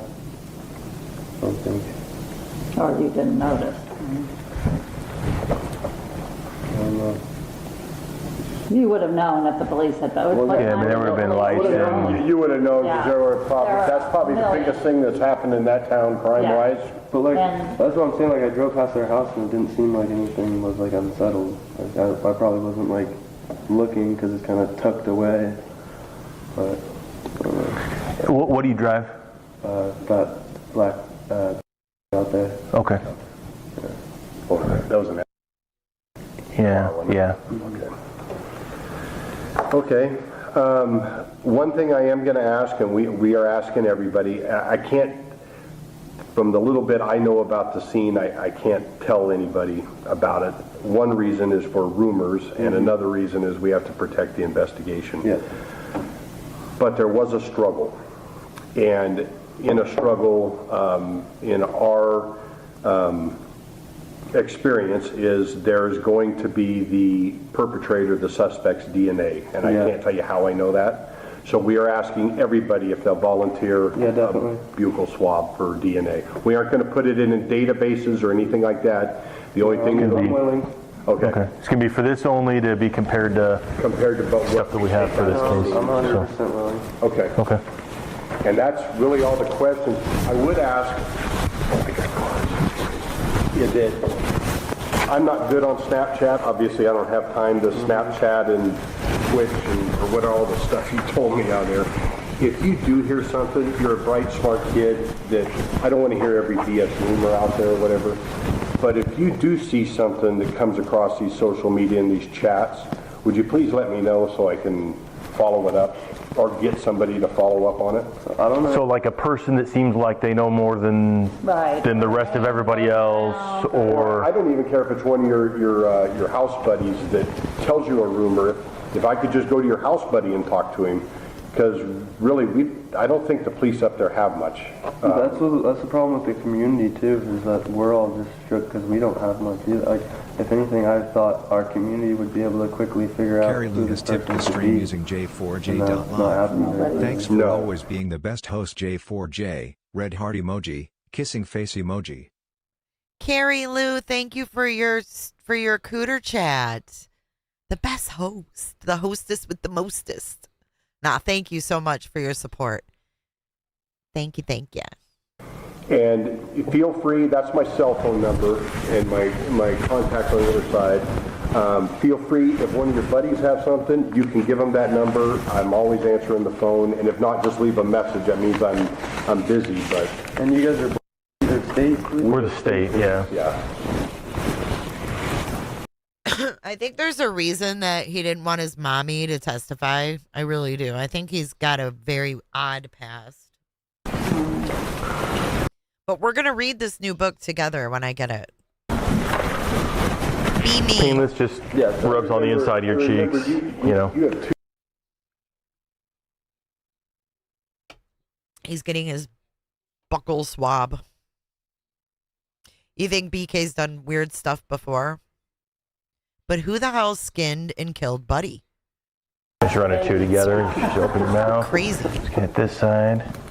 No, yeah. And then go to the other side. I remember there's two Just like that. but they're too old. Yeah, they're, can, I'm just getting home from work, but it sounds like some lead agency tried to reach him, is that? I don't want him to talk to anybody, Okay, but. I can't advise that either way. I would say this, if my son we did go to you, if the news wanted to talk to him, I wouldn't allow my son to do it. That's what I told him. I'm like, no one. Police, it's okay, just no one else. You don't know what they're going to do with that information, honey. You just have no idea. And you probably know from just a little bit you watched on the chats, there are going to be wild rumors, wild speculation. There's going to be attention seekers. There will be all that going on. I'm just not looking at the news right now. Yeah. Okay. He's very But are they sad. supposed to be, I think Moscow PD is supposed to be saying something in like 30 minutes. I think they're doing a briefing or something. Like a catch-up thing or Whatever something. they don't have, it tells they don't have any information or something. I know. Okay. Okay. Again, if you, and I'll leave you my Thank card you. for you and your husband too. Thank you. Let me put my cell number on there. Okay. Yeah, my husband may want to talk to you. Yeah. Is there anything I could do like Thank going you. forward? Just sit tight for news? I know there's not much I can do on the... No, there's not much you can do. Like I said, if you get some information from your frat buddies or anybody, you can pass that on to us. There's not much to do. Generally, and I'll say this generally, crimes like this we can solve fairly quickly. But we're down here and there's a whole different group of officers up there working, so. Are there state police up there now? There are working on state it? police. We have an office in Lewiston. We'll revisit Buddy the dog when this is done. We've got about 3 minutes left of this. So those detectives from that office are up there helping. And I think FBI's Violent Crime Task Force is helping, so hopefully they make some progress real quick. I mean, I can guarantee you just from the few statements I've heard from the local politicians, they want this thing over quickly. Well, everybody does. I No mean, one's gonna these return to kids are school. just all, Literally, no one's going to go back to school until they figure this out. I don't think they will. I think they're Yeah. scared, and I Yeah. think they should be, yeah. Yeah, I mean, I'm not mean to think that sounds scary, but I would be It is scared. kinda I scary. It's a wanted him small home, town. Yeah. yeah. Okay. But that's want it. my And if kid you have home, any too. questions or you have problems from somebody, give me a call. And because there's quite a few, well, there used to be quite a few, but we have a few detectives down here we can. If someone does show up to our house, This is private property and you can ask them to please get off private property. Yeah. Yeah. Then you let us do that. Yep. You just stay inside. And then, if there seems to be like a whole bunch of people, I would actually probably just call the police Yeah. and say, hey, no, Can you- can we? Is this Station city somebody. limits up here? no, we're out of So, So county You're then, like, Road, isn't this whole road private? So even if they turn left, that's Yeah. Yeah, that's was. private. It This is. road is a private road. it is. Yeah. Oh, God. Yeah, so we Yeah, would stuff call like Lake that. County. Yeah, call I just Lake don't County. want, oh my Yep. God, poor kid. If you have, some cones or tape or whatever, you could go throw it up at the where the street turns into private across, so that. And if you guys do start getting harassed, that's another reason to call me, and then maybe I can work We can work something Fayette out. County or whatever, yeah. Right. Just get somebody down. I just don't want that to happen to him. But I couldn't believe a news agency already somehow has his name. I'm like, how do they have your name? There's numbers I'm not picking up now because I'm only, like if it's like a California number or like a East Coast number, I'm not picking that up now. And normally, like since I work in like it's normal for me to like pick up those area codes because I have from but they're from other places. Yeah. Okay. Well, hey, thank you for talking to us. All right, that's the end of that. We're going to go back and we're going to watch this. New details tonight out of Moscow, Idaho, where police continue the search into who killed 4 University of Idaho students on November 13th. Investigators now say they identified an incident involving one of the victims, Kaylee Gonzalez, at a local business, which may have explained a reference to a stalker she made to friends and family. According to police, in mid-October, 2 males were seen inside a local business. They parted ways, and one male appeared to follow Kaylee inside the business. And as she exited to walk towards her car, the guy turned away, and it did not appear he made any contact with her. Detectives actually contacted both the guys and learned that the two were apparently attempting to just pick up women. Now, police have said there's no evidence the men took part in the murders. Police also saying tonight that a dog was found belonging to Kaylee in the home by officers, but that it had not been found in a room where the crimes had been committed. No evidence was found on the dog, This isn't about and there is Buddy. no indication it even entered the crime scene. Police are really trying to identify why any of the 4 would have potentially have been targets. Joining me now from Moscow, Idaho, News Nation senior national correspondent Brian Enton. Brian, good to see you. You also have some reporting on what is a very important detail about Kaylee's injuries as they compared to her best friend's who was in the same bed with her. Tell us about it.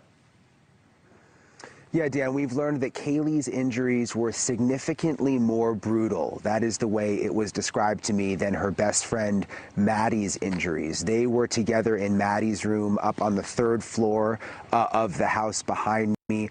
Why is this important? Well, it could possibly... Okay, here it is. There's the article right here. Nearby resident's dog was skinned shortly before University of Idaho murders. This is poor Buddy. This was published November 21st. Couple's dog was killed and skinned 3 miles away from where the Idaho 4 were found in their home. Buddy was a 12-year-old mini Australian Shepherd. And he was left with fur only on his legs and face. His owner, Pam, said it was like a deer someone had hunted. They cut him around the neck and just skinned him.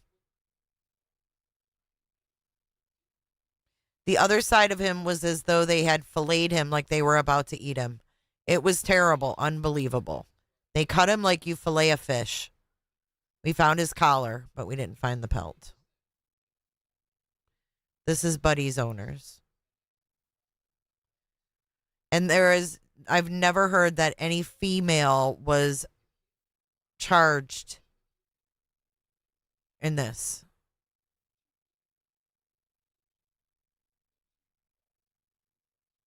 And then shortly before the dog's death, her husband, Jim, Buddy's dad, found the remains of a rabbit with its scalp and ears sliced off.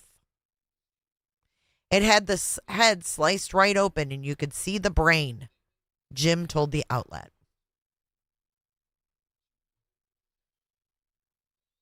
And they said no animal did this. And that their dog was inside and anxious at the same time, the neighbor, and tore his bed into 1,000 pieces. Not sure if it's tied to Halloween, and I don't really care. I'll be chambering all my firearms, and I would suggest everyone else in North Moscow do the same.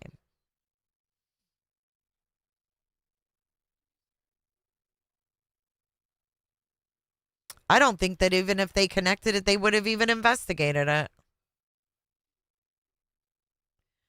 A minor. How convenient. How convenient. How do you know that then? If she's a minor, how do you know that a minor did this to Buddy? I'm sorry, I'm not buying it.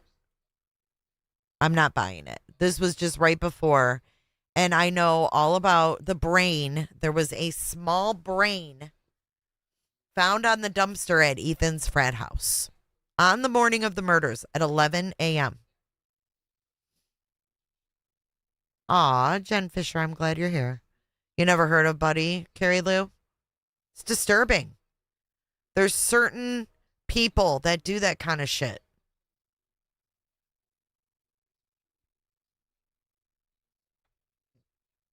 He told you it was in the foyers. So you believe that they solved it? I mean, if that's a minor female that did that, I hope she's getting some severe mental help, because that's quite disturbing. Because prior to that, there was a bunny. And it's really convenient to say, oh, it's a minor, so they can't give any more information. You know what I mean? It's too convenient. Anyways. All right, you guys ready for our palate cleanser that I was going to play? Here we go. Blast from the past. This is a video I put out 2 years ago.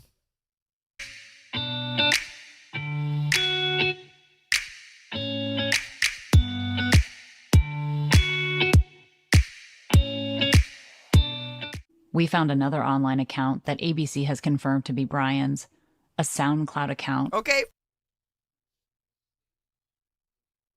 First bombshell, you may have heard this early on. I heard it existed, but I've never heard it with my ears. The quickies. And, yeah. Are you ready for this? ABC confirmed the SoundCloud account is Brian Kohberger. Brian Kohberger. Are you ready for the Kohberger rap? Give me a 1 in chat if you're ready to hear the Kohberger rap. Ready? Let's do it. You ready, Paper Chaser?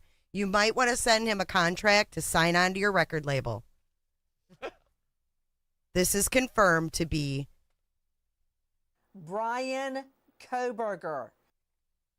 Where in September of 2011, he posted a single track, an angsty. Be a fight, so I'm passing fist like I'm afraid to get a bunny fist. Look at this, my mind is pissed, and I keep running. Why is this? Eventually, Brian seemed to find a solution that helped deal with his visual snow. Okay, wait. We have to play that again. Kohberger's SoundCloud rap. His single track. You heard it here. Always the same thing that disrupts my life. Wonder when I'll change. I guess when the time is right, procrastinating, mind arranged to change would be a fight. So I'm passing fist like I'm afraid to get a bunny fist. Look at this, my mind is pissed, and I keep running. Why is this? Eventually, Brian seemed to find a solution that helped deal with his visual snow. A very specific diet that involved cutting out grains, sugars, and yeast. He followed this diet to the letter. He is a yeast. Look at my eyes. And excitedly shared his progress on Tapatalk in the hopes of helping others curb their own symptoms. What do you guys think? Oh my God. Yeah, that's his voice. That's his voice. Here's the whole thing. Listen.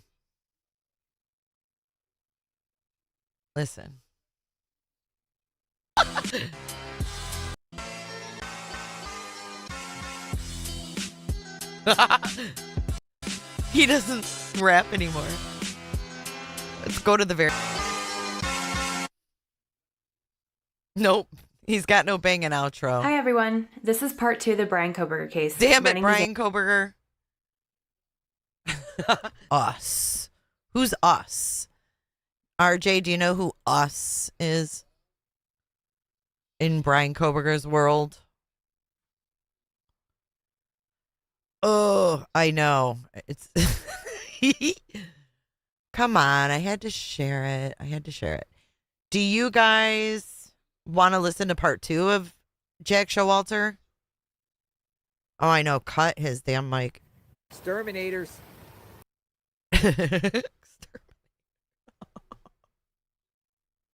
God almighty. Hey, niece. Do you guys want to hear part 2 of him? Okay, again, this is Connor. Connor has a lot of stuff. So if you look through, Connor has like, here's Michael Kohberger. Oh, thank you, Wayne. You're always so generous. I thought we were done with this guy. What he did to these young kids was horrid. He deserves no acknowledgement of any kind. I agree, but we have this new book with new questions about the discovery. And yeah, thank you. But you're always very supportive. Thank you. But he has all these interviews of these frat guys. Connor, I guess. Yeah. Body cams. Brian Kohberger's classmate. The co-owner of King Road, Scott Perky. All kinds of stuff. Corner Club footage, more interviews. He's FOIA'd a lot of stuff, so go check him out. Like literally, he has Linda Lane footage. All the roads surrounding there, he's got that. All kinds of body cam. So let me give you Connor's channel right here.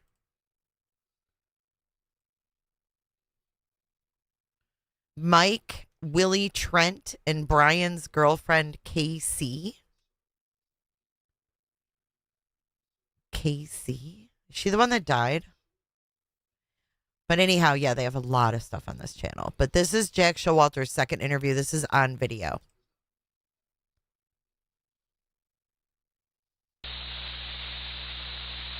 Ugh, the sound already is horrible. Oh, let me see if I can put a filter on or something. Holy fart. Is that better? Let me know if you can hear them talk okay when they start talking. You guys hit the like button, please.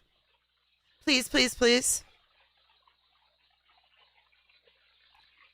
God, what was that guy's name that did an interview a while back? John. No, we're probably going because there's almost people, tons of people coming here. Okay. So Can you guys hear it? especially this time of year with, there's probably going to be 42 wrecks today. Oh, yeah. You can count them up, huh? Yeah.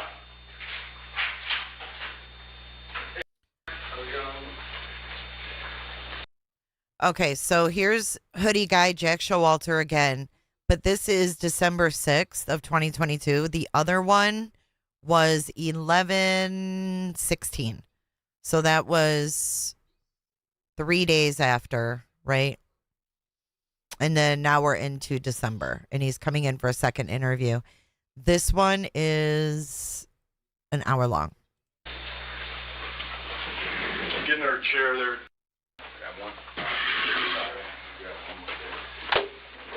How's everything been going? Yeah, you can sit there.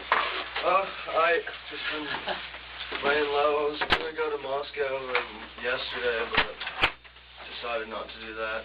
Yeah, okay. I'm gonna just record this so you guys know, so I don't have to take notes. Okay.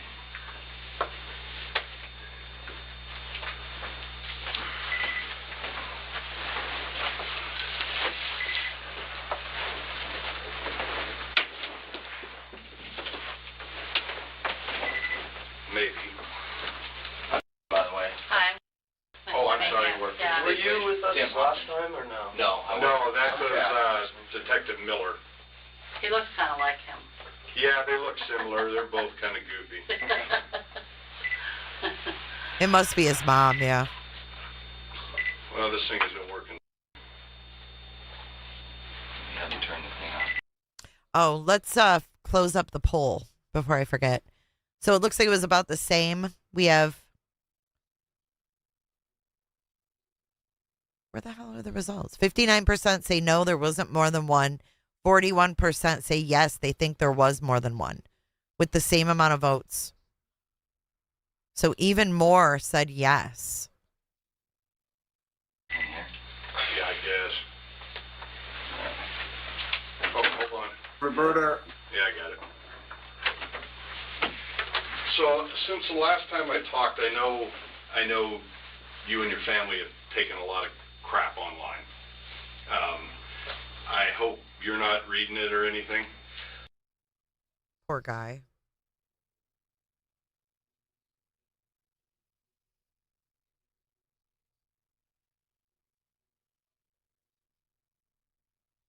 Aw, thank you, Winky.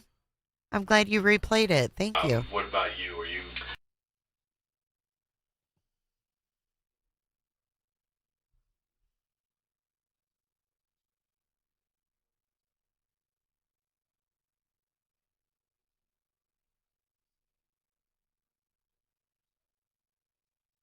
Redactions. Because when Brian got arrested, he asked if anyone else was arrested. I think that was a tactic, to be honest with you. Complete tactic. Just to try to throw investigators off. Brian, you know what Brian also said? Yes, Nicole, it is on Monday. Listen, you know what else Brian said?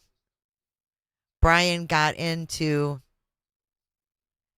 the car on the way to the barracks and he asked if whoever was arresting him, if they could go for a cup of coffee when this was all over.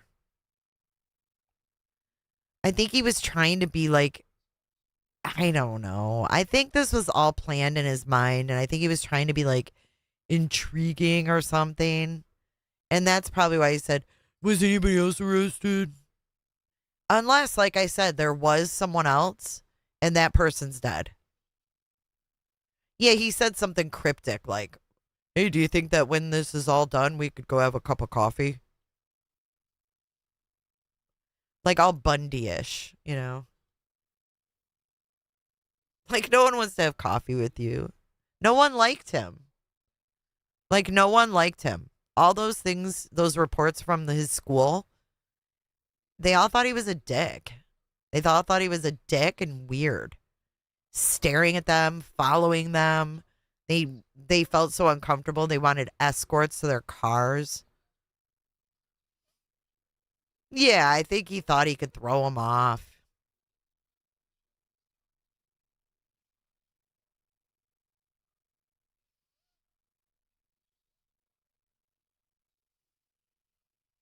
I mean, when the first time I talked to you, you know, you're kind of a person of interest, I guess we would say. Yeah, I understand that. Well, because you were seen at a taco truck or a Grubhub truck and at the bar with him. Detective Hopkins has actually been up at Moscow helping them with the investigation. There's been, 45, 50 detectives up there running around, gathering phone information, gathering videos from private residences, from businesses. The crime scene's basically completed now, so there's stuff at the lab. Yeah. Biological stuff, fingerprint stuff, the typical stuff we collect from crime scenes. And there's probably, I wouldn't even guess how many interviews completed. And as I told your mom when we were texting like yesterday to set this up, you're further from a person of interest than even you were the day that we first spoke. So, but with that, we do have some new individuals that we're kind of interested in.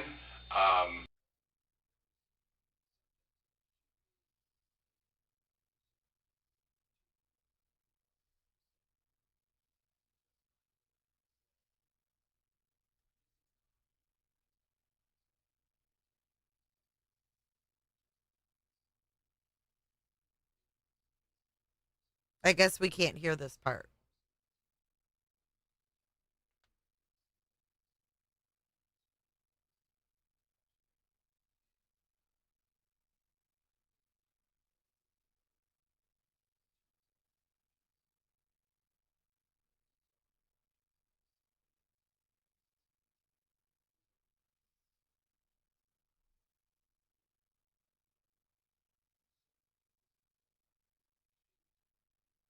Okay. I think the first time that I spoke to you, we didn't go over the Saturday. We kind of focused on from when you went to the corner club and then your activities till you got home, back home. I want to go back a little further in that, and when I'm talking to you, remember we have all this video, and we have I may ask you a bunch about clothing or whatever if you can remember what people were wearing, and then vehicles. Vehicles are another big thing, and how people were getting around at that time. So on Friday night, what'd you do Friday night? No, I don't think I did anything, because like my habit kind of is like Thursday night is kind of when people start going out for like it's early weekend, so I usually kind of go out like Thursday night and then just hang out Friday night, just doing assignments or something like that. So I usually don't like go out back-to-back nights, so I think that was like one of the weekends where I went out Thursday, stayed in Friday, went out Saturday, stayed home Sunday watching football. So that's usually how my weekends kind of go, like on a normal basis. So like I don't think I was really doing anything that I can remember. I'd probably just be at home, like hanging out. Okay. But I can't really recall specifically what I was doing necessarily. So not much on a Friday. Now, did you know that it was some formal for the sorority? I mean, do you know what was going on campus on that night? I mean, maybe. I don't know. Like, I feel like there's always stuff going on. I'm not always taking part in certain activities. Like, I don't care about certain things. So, I don't know. Like, a lot happens without me really paying attention. Okay. Did you know that the house where the homicides took place, that they had a party that night? I mean, not that specific night. I heard about them having, I think, a party Saturday maybe? I don't know. Maybe. I think it was game day. I thought they had people, but I don't know. Like, okay, then. Because people usually just say King Street, and there's like 6, 7 different houses people like be going to. So like. Okay.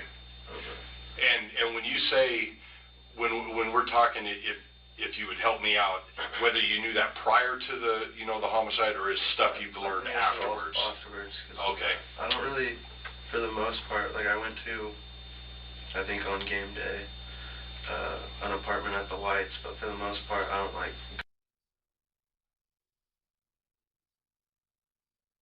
Cut out again. A lot of redactions.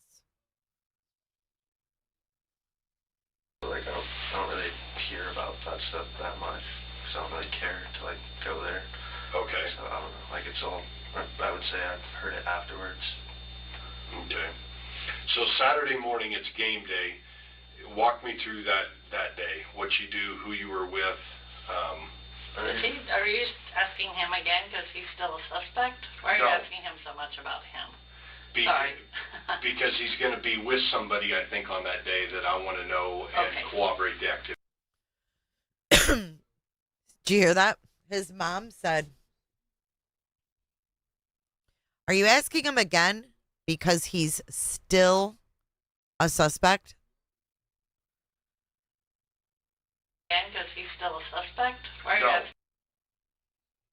Remember in the first interview, he's like, "You're not a suspect or anything." She's like, "Does he need a lawyer?" He's like, "You don't need it." Yeah, no. He's not a suspect or anything.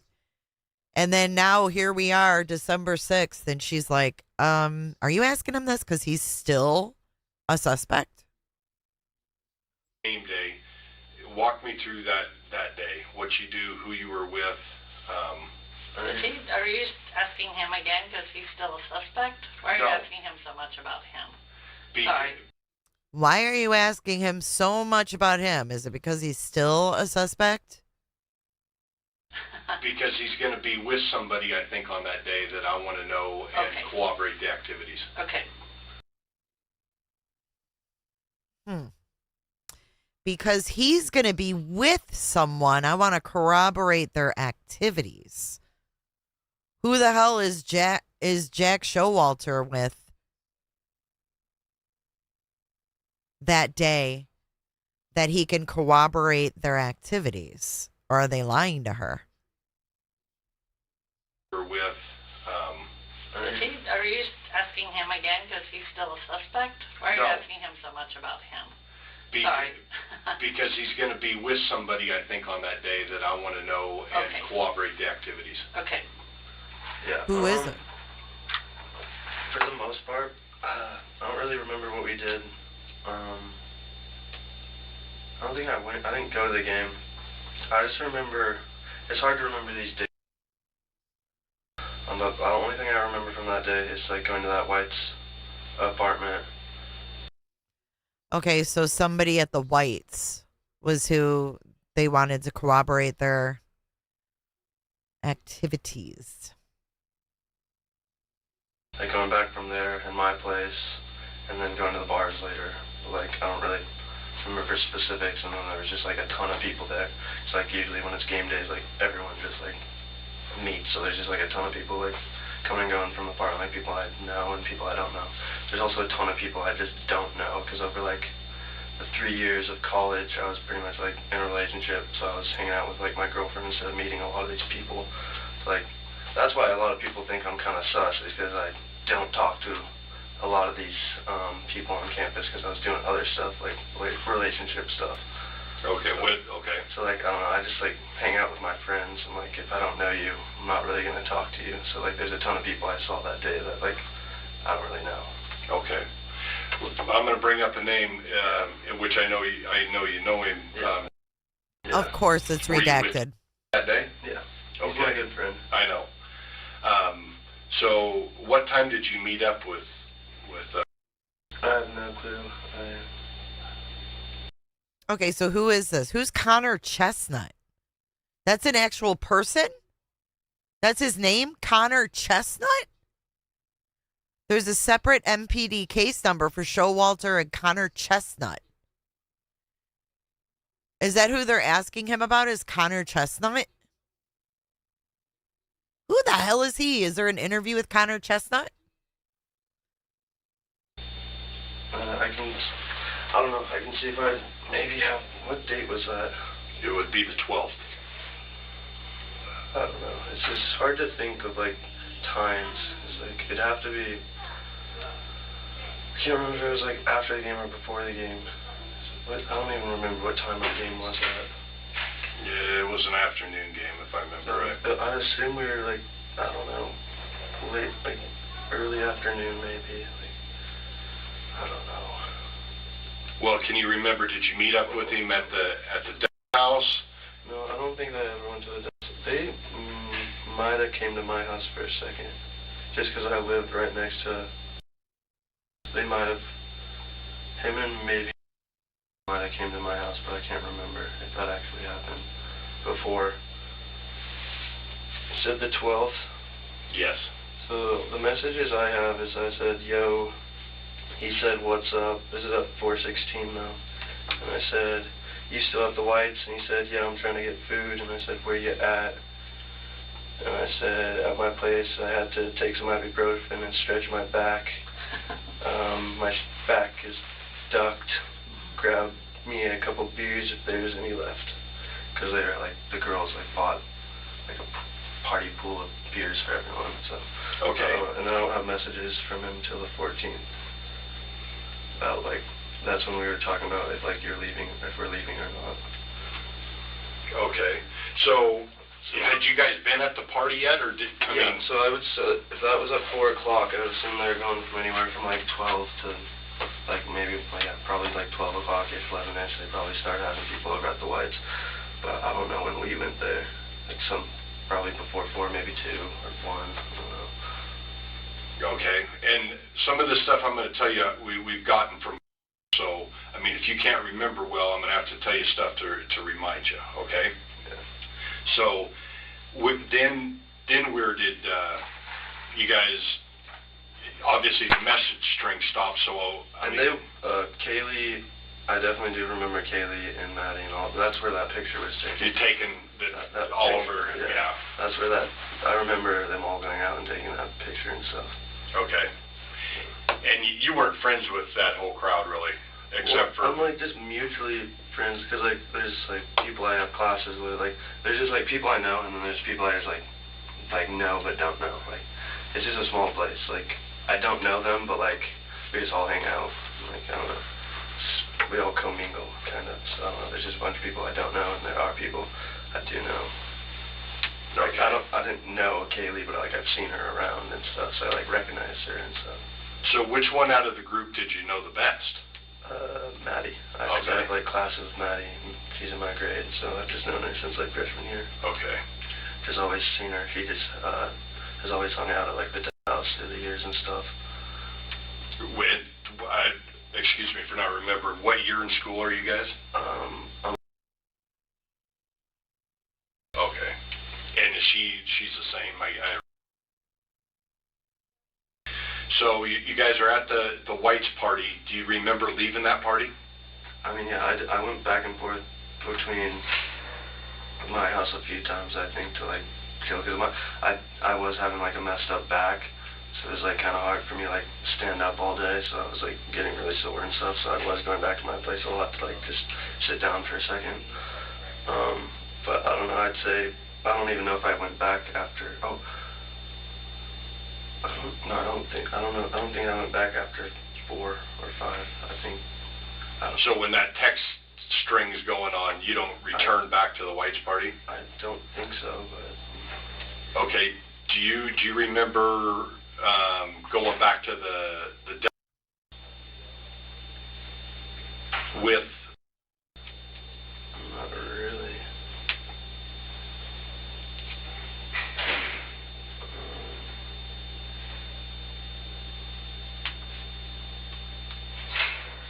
I don't know. It's just hard because like this is like one of the reasons like I wanted to like go out with Kaylee and Maddie when they asked me like go to the other bar when we ended up not doing that. But it's like because we do the same thing so often, like all these days. Okay, so I just read, and I don't know if this is true. This is Jack Showalter, but I just read that Jack Showalter was kicked out of his fraternity. Did you guys also hear that? It's like seem like go together. Yeah, it's like hard to precisely pick apart days because I feel like we do like very similar stuff, so it's like hard to pick apart when I was actually for drinking and stuff. We've been told, and people have said that you and get a ride from, I guess, the dude. I can't remember his name. And I don't know who's DD that day. We have his name. Do you remember his name? Or something like that. I don't even know all the freshmen's names. So, and this one's kind of key. Says that he takes you up to get takes the two of you, not just you. So you don't recall going back to the house and end up splitting the beer up? I mean, it sounds like what we do, but like we do that all the time. Like that's a very normal thing. Normal for you too. Like I could think of us doing that like that happens all the time. I don't know. It's hard to like specifically. So I don't know. Well, it's hard all day. You know? Okay, read what I just put in chat. I forgot about that part too. They found blood in this guy's apartment and in the bathroom. And according to the court documents, they ended up taking samples. They got a search warrant for his apartment. The maintenance guy from the Queen House called law enforcement and said there was blood in the bathroom. So they took samples of that, 94 in total. He was kicked out. That's why he lived in the apartment behind the house. Yeah.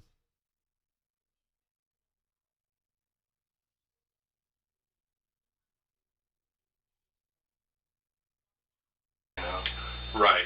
Look at that text string you were reading me, because I've seen that text string from a different phone. And later in that text string, you're getting ready to come back home and you asked to return the bag. Yeah, I borrowed, okay, yeah, that was that night. Yeah, okay, so, I think he passed out, because we were chilling, I think he passed out, and I didn't have my backpack, so I just took one of his bags, took my, like, 15 or whatever was left, and I think I went home or something. Okay, and then... Yeah, that does sound... Okay. Because I had his bag and I had to return it. And then, do you see the rest of the night? I don't think so. Yeah, I don't think so, because I went out to the bars and he doesn't. So, then you leave eventually. Do you remember how you got to the corner club? Probably the DD. Okay. And then and we're just going to run through this again quick. Oh, I know you're having a tough time. Do you remember what he was wearing that day? No clue. How does he normally dress? I don't know, maybe like some Air Force Ones, jeans, t-shirt. Does he dress kind of like you do, or but all you college kids wear damn hoodies and... Yeah, I think that like people wear like flannels and stuff, but we dress similar. Okay.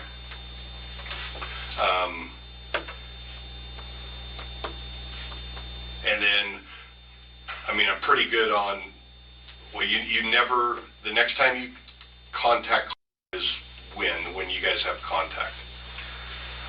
I think that was probably in the morning when they called me, because they were like trying to, I didn't even know what was going on that morning with all this stuff, and they called me because I like lived back there, and they were like, do you know what's going on by your place? Like, that's like the first I heard from them. Like, I think it was me who called me though, but they were together. Like, I think they went and got food that morning or something, and then they called me. Went and got that bar stuff and called me. Yeah, I know. So, okay. But I don't think I really heard from them that night. Yeah. I mean, obviously you're not going to be able to because you can't remember, but you don't recall any strange people or strange individuals, cars around your neighborhood on the 12th, but you guys are all partying? I mean, like, the thing is, like, it's just nothing seems, like, suspicious up there. Like, first off, I'm not looking for anything, and there's nothing, like, to recall, but nothing's out of the ordinary. Like, I don't know, I don't know, it's just everything seemed normal, you know? Didn't seem like anything was weird. That's a typical Saturday night in Moscow? Yeah, that's why it was, like, crazy when you started hearing all the rumors in the morning, because, like, it doesn't seem like shit was real, and then, like, stuff's actually going down. Because nothing seemed out of the ordinary. Like, I said goodbye to Maddie, like I was going to see her on Tuesday. It seemed like a normal night. Like, she got picked up, like, that's normal. We have ride share, or GDs, or I guess Uber. I didn't know we had Uber, but that's cool. Yeah, we know every Uber driver, every food driver, every Lyft driver. Yeah, but I didn't know we even had Uber in Moscow. I think that's a new thing. So I just assumed it was like a DD picking them up, because usually the sororities I don't think have DDs, but they usually like will use the guys' DDs and stuff. So I just assumed it was just going home. So they were pretty drunk. What kind of guy is? He's kind of like me, I guess. He's pretty laid back and quiet. Like I definitely, some people, if you don't know him well, probably think he's kind of maybe an outsider just because he's quiet. He's a very quiet kid, and if he's not like comfortable around you and doesn't open up, like I don't know, he's just like me. We don't fuck with people unless like you're our friends, I guess I'm trying to say. But like he's a really like great guy, and for like I know he wouldn't have like done this shit for sure. And I don't know, I don't know how to explain, but he's a great guy. Like I don't know, like he's just always had my back for like anything that's ever happened. Like if we have someone like messing with us or something, like, or I don't know, like he's just been my buddy, like a ride or die buddy. Like I'd do anything. Yeah, you guys are. I don't know how to explain it.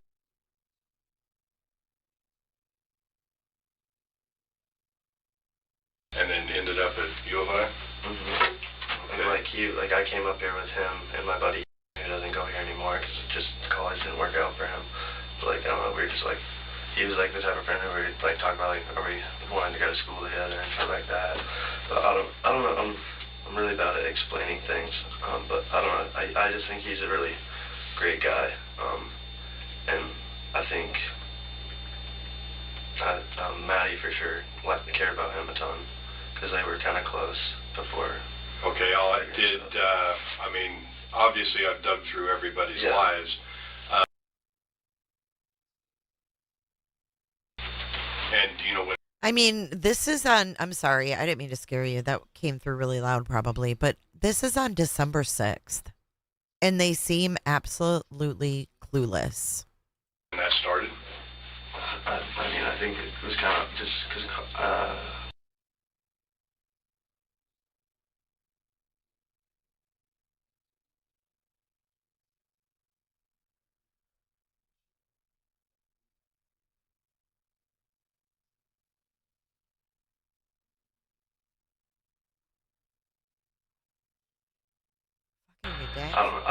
It's not something he really talks about too. He doesn't really talk true about crime.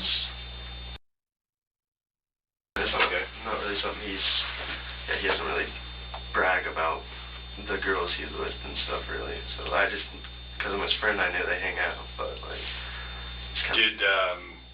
Did he ever talk about their trip to college? I know he went to college, but I mean, I didn't go. But like not like specifically them going together, but I know like a lot of people went to college. A lot of people in this whole circle we're talking about, the Maddies, the Kayleys, was it a big group like that going down? Yeah, so like one of our, I think it's just like a spring break thing that they got a bunch of the college kids together. Because I think someone in my house was like I'm trying to think of the right word, but like not a rep, but like he was like connected with this organization to try and help make it easier for everyone to go. Like a travel agent package type deal? Yeah, something like that. So he was like setting everyone up pretty much. Like, let me know if you want to go to college, this is what we're doing. So then just a bunch of girls, a bunch of guys from different fraternities like went and stuff. Okay. So like a ton of people went. Right. It wasn't like, it wasn't Maddie. No, there was a lot of college kids from up there went down there. Yeah. But yeah, it was just like, one of our dudes was like, yeah, if you guys want to go to college, this is how much it's going to cost, this is when we're leaving, this is what we're doing. But if I wasn't going to go to college, but I don't want to spend money. It's like $1,000 or some shit. Did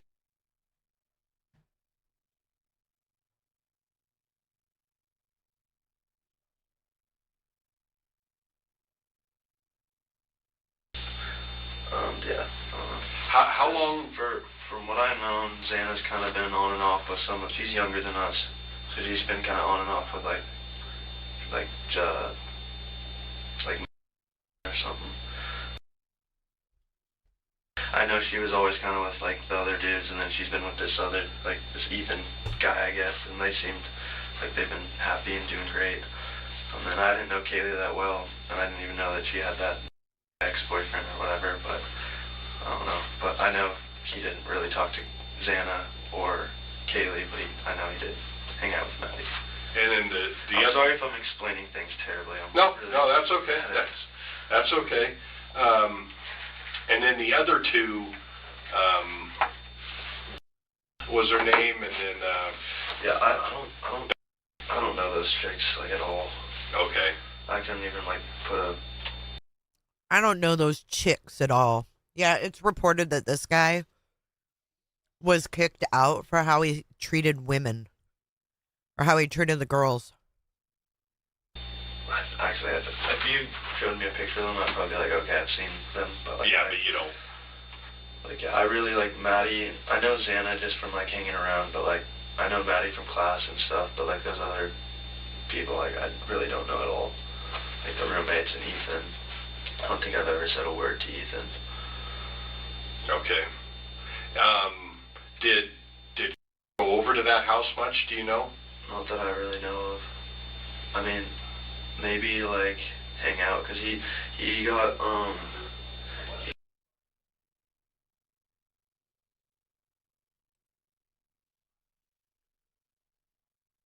It's kind of like my fault. It's kind of like misunderstanding of like just drunken beefing with people. But he was supposed to be coming back in February, but so he's just been laying low for the time being, and like I'm sure he goes to like those parties when I'm at the bars is what I'm trying to say. So like usually I go to the bars, I don't necessarily know what he's doing every night because usually he's just hanging out at home though. He's been laying pretty low. Okay, I'm gonna have you explain.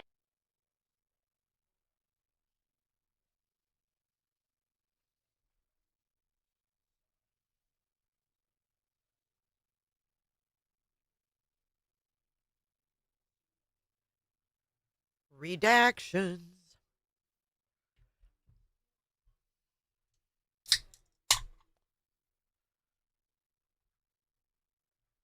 We're hotheads for sure. Like if someone, like never, I wouldn't say really, like we're not gonna hit girls and shit like that. But like if a guy's beefing with, like we're chill. You're gonna hold your ground? Yeah, we're chill. But like if someone's beefing with us, we're gonna like hold our ground. And like I don't know, like it's usually like not a big of a deal. And like I think stuff does get blown out of proportion. It's usually just drunk college kids butting heads, and you like have a little scuffle, like and right, whatever.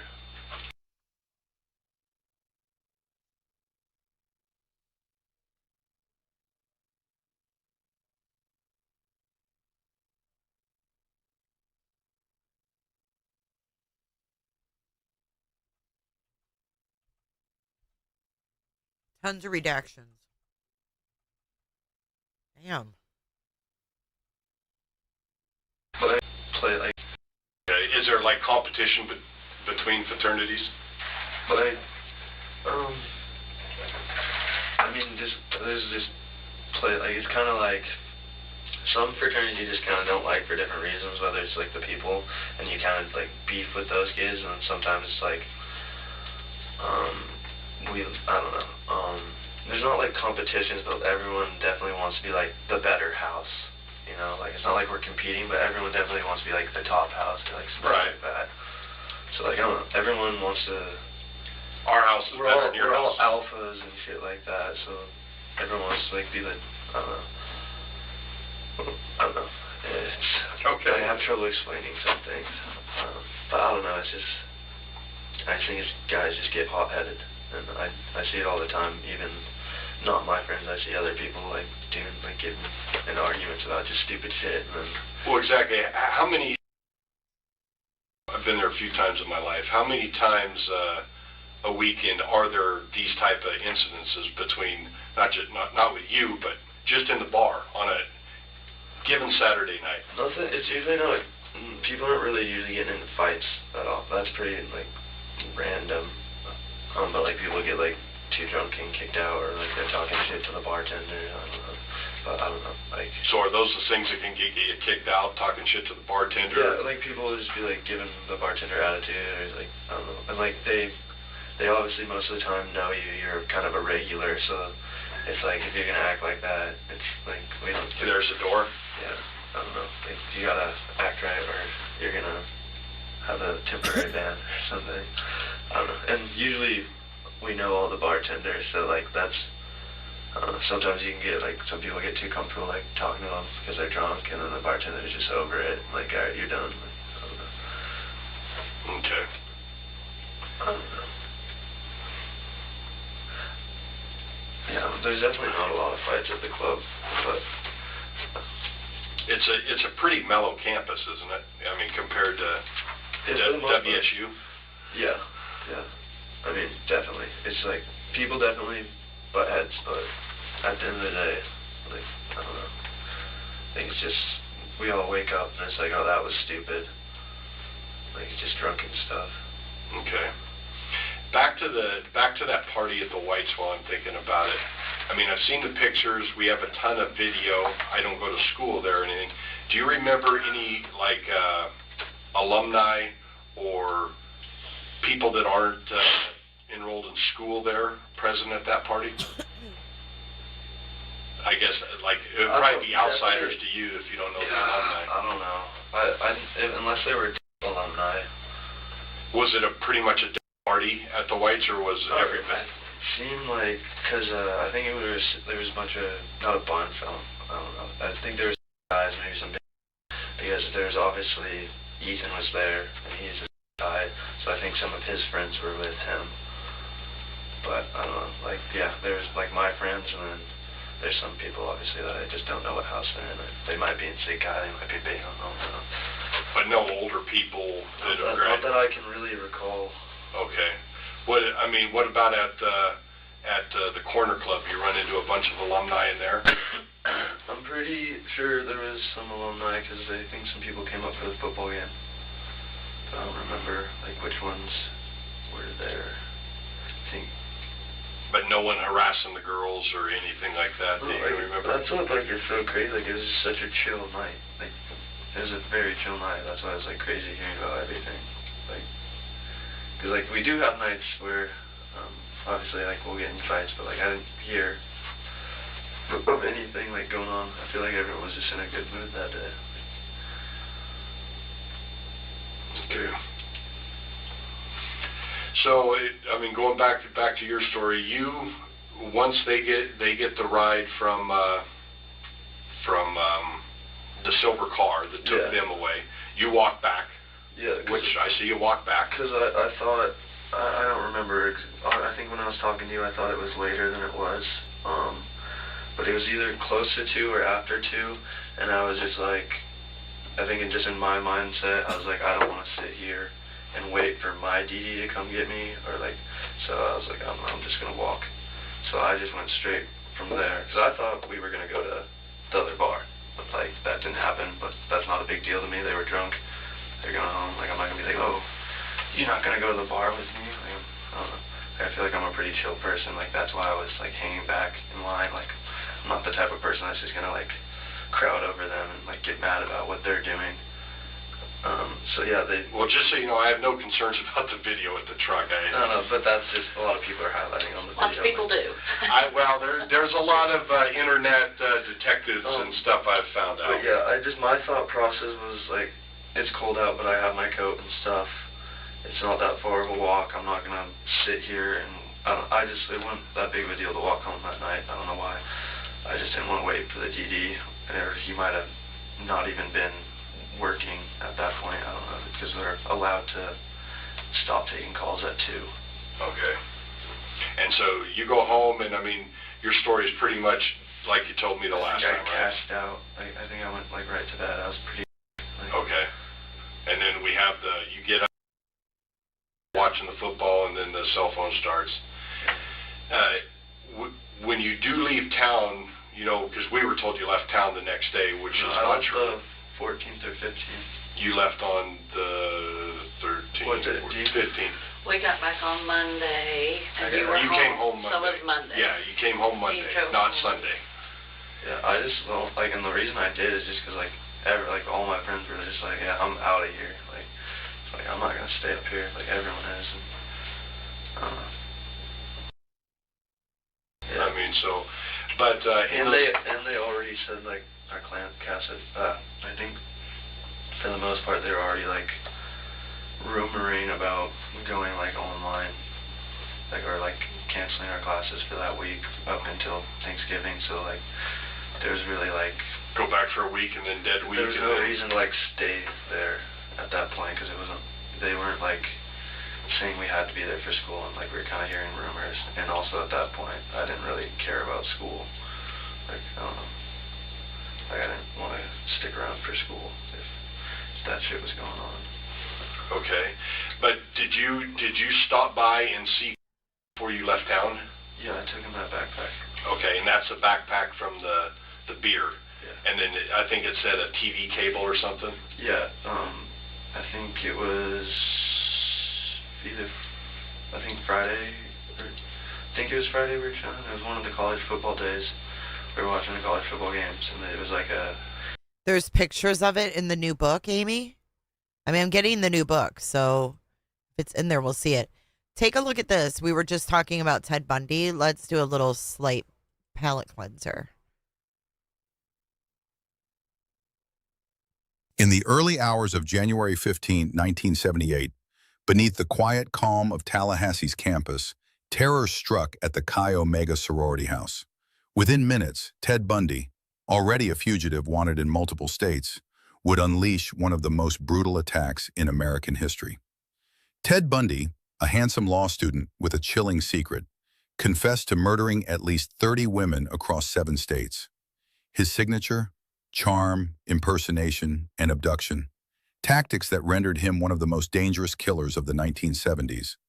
Bundy arrived in Tallahassee just a week earlier, on January 8th, under an alias.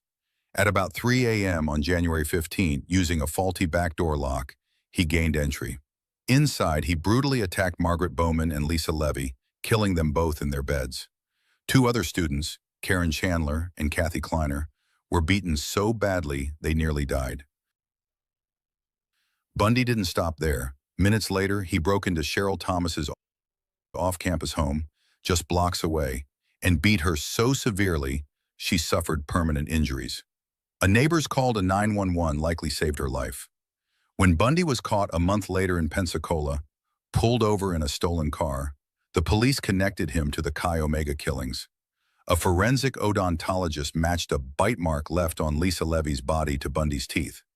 In June 1979, Bundy stood trial in Miami in America's first nationally televised murder trial. He rejected a plea deal, insisted on representing himself, and tried to manipulate proceedings in typical Bundy fashion. Ultimately, he was convicted of murdering Bowman and Levy and sentenced to death. Bundy received 3 death sentences, 2 for the sorority murders and 1 for abducting 12-year-old Kimberly Leach. He was executed on January 24, 1989. But the trauma he inflicted remains etched in Tallahassee's memory. So Bundy was inside the Chi Omega house at 661 West Jefferson Street in Tallahassee for less than 15 minutes. He was in there for less than 15 minutes. And he didn't have a knife. He had a piece of wood. And then he went on to kill someone else, or not kill her, but beat someone else, try to kill someone else in another house right after. Brutally attacking 4. And no one heard a thing. No one woke up. No one heard shit. It can happen. HDMI she goes to the computer, so you can put the computer on the TV. Okay. Because we were doing two games at one time. Okay. So yeah, I just had his cable in his backpack. Like, do you want this before we get a? So I think I stopped there on my way out of town. Okay.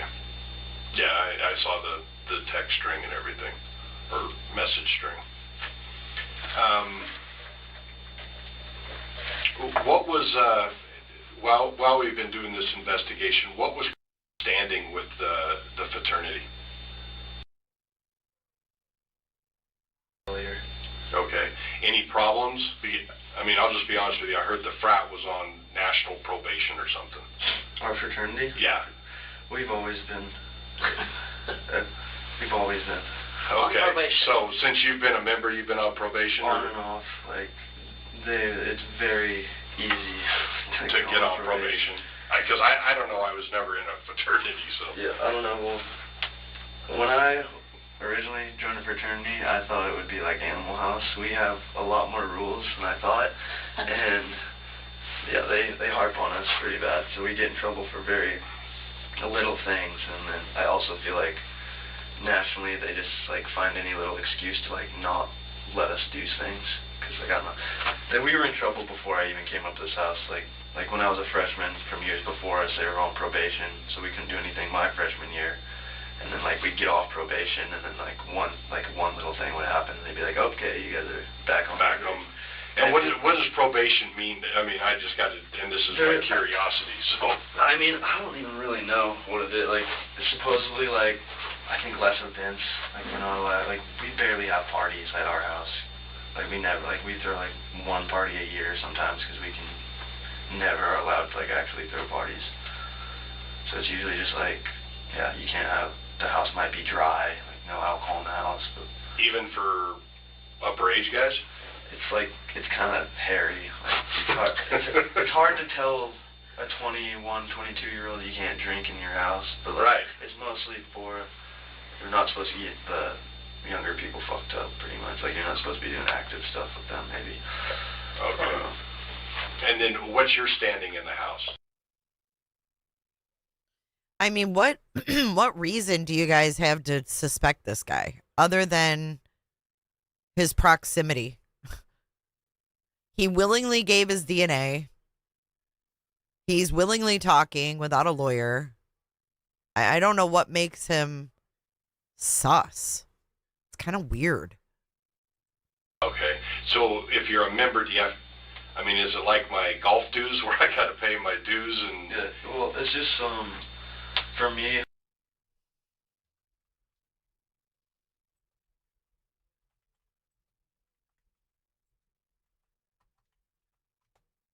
we're redacted again. Because Mondays we'll have chapter, which is where we just all meet, talk about what's going on in the week, like if someone fucked up, like tell them they're an idiot, shit like that. So it's not like Animal House down in the basement, it's more formal? Well, it's not, it's pretty casual, but like we'll just like, if we have important stuff coming up, we'll talk about what's coming up. Like if we have events coming up, we'll talk about it, we'll plan stuff a little bit. If someone did do something stupid, we'll discuss it and be like, why'd you do this? Like, stuff like that. Okay. So who are the officers of the frat? Yeah, so we have like,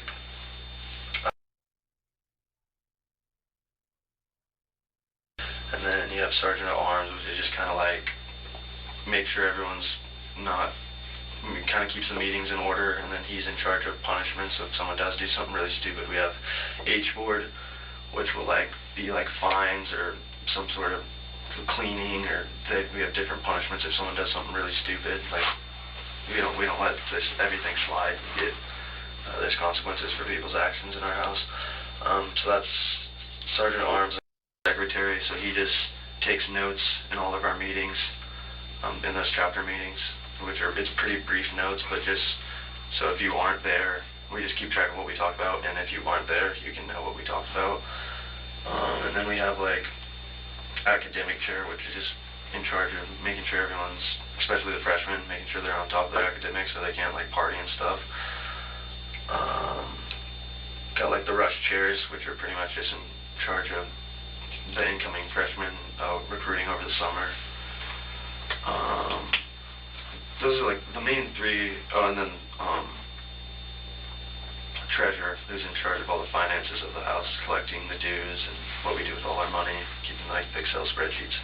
But like the main people are treasurer, VP, and president.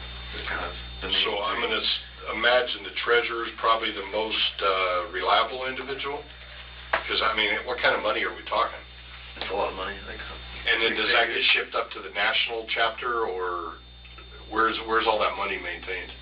I'm not too entirely sure because I've never been the treasurer, and I don't think they trust me with all that money. But I don't know. I'm sure. I think there's just some event account. I know is kind of in charge of it, but then we have like alumni who are kind of overseeing everything. And I know we have like an accountant alumni who kind of oversees our finances. So there's like a CPA, a real CPA. Yeah, they deal with everything, but then they have to like submit it, I think. Okay. I don't know. I've never really dealt with the treasurer side of things, but yeah, it's definitely we take VP and president are very serious, but like treasurer is one of our most important positions, obviously, because if you have a terrible treasurer and our finances go up to the roof. And that's always just been a house that, as long as I can remember, our out-of-house have, like, upperclassmen have lived at, if they're not living at the house. Now the national chapter wouldn't have any control over that house, right? So it's fair game down there? Yeah, it's just been out-of-house. Okay. Hey, Agape.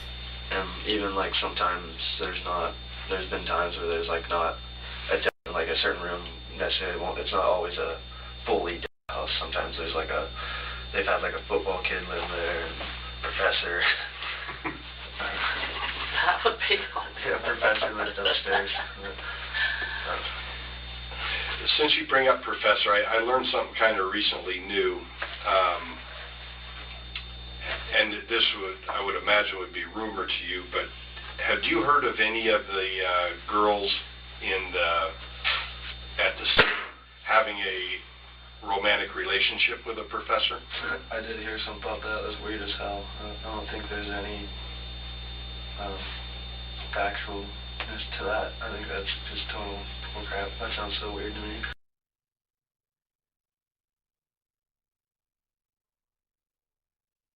Uh-oh, redaction. Redaction station.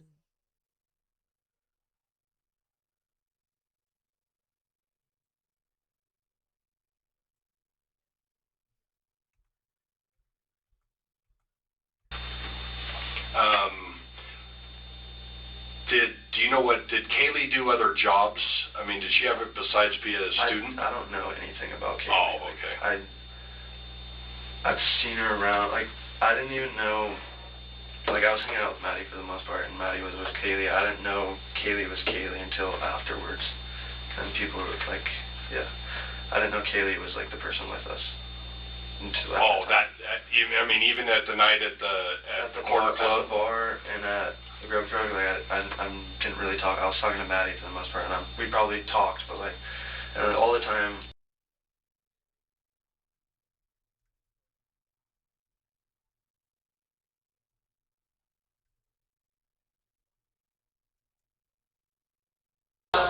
Yeah. So, like, I don't know, I was just hanging out with them. I don't hang out with Kaylee that much. Like, that's pretty normal thing. Maddie's just a really nice person. I've always thought she was a nice person. When I was dating my girlfriend, and she'd come over for, like, events and stuff, she was always nice to my girlfriend. So I just thought of her as a friend, and when she was like, you want to go to this other bar, it sounded fun. And it's not, like, I don't hang out with her that much, like, in that situation. Like, I don't necessarily go to different bars with her a lot. Like, that was a pretty random thing, but it just sounded fun. Because we always do this. Yeah, because you didn't plan on meeting her. Guys, I'm eating junk and watching rubbish. You better come out and stop me. Yeah, we just, like, talking about stuff. And she's like, you want to go, I forget what, she wanted something to eat from John's Alley. I don't remember what it was, but they were talking about it, and she was like, do you want to go? I was like, sure. Did, since you've gotten back, back down here to, who mainly do you hang out with down here? Have you seen Clutch?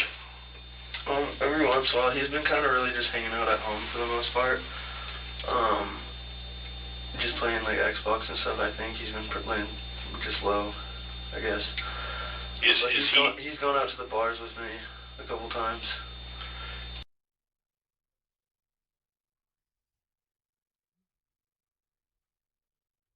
They redact quite a bit, you guys. I hate it. Your parents have taken you to Africa, and you're on some hideout. Wait. I heard. Hold on. So it's redacted. Now listen where it picks up. Listen. But, I mean, also, I heard this morning that your parents have taken you to Africa, and you're on some hideout in Africa. Right, our hunting lodge. I was saying, I wish I knew where it was, because I would go. See how stupid that shit is? He's in Africa. Remember that whole thing? He took off to Africa. He's in South Africa. Blah, blah, blah. The dude was sitting here getting questioned. God. So, you can see how reliable the internet is. But, like, it's crazy that, like, I don't know, that, like, you'd even, like, go to there. Like, why would you? It's just crazy that someone would, like, call and do that. It just seems like a really weird thing to do. It's like, you're bored, gonna call the police as someone's mom. Well, that is, we see it quite often with the anonymous tip lines. Not only do we get the psychics, but you get that kind of stuff also. But, I mean, we're obligated to check everything out. Yeah, I don't know. What the motive is. But, I don't know. He's also pretty quiet. Like, I feel like he's kind of like a tough, hard-shelled dude. Like, he might talk about things, but if stuff is going on, he might not necessarily talk about it. Listen, Ken Hurd, whatever the fuck your name is, I gave you plenty of time. You were disrespectful as all fuck all day. Take 24 hours if you want to come back, but you're not going to sit here and call me names, disrespect the moderators, deflect the conversation. We were trying to be kind to you. We were trying to put up with it. Had enough. But you're not going to call me names. Okay. Anybody else that you hung out with down here?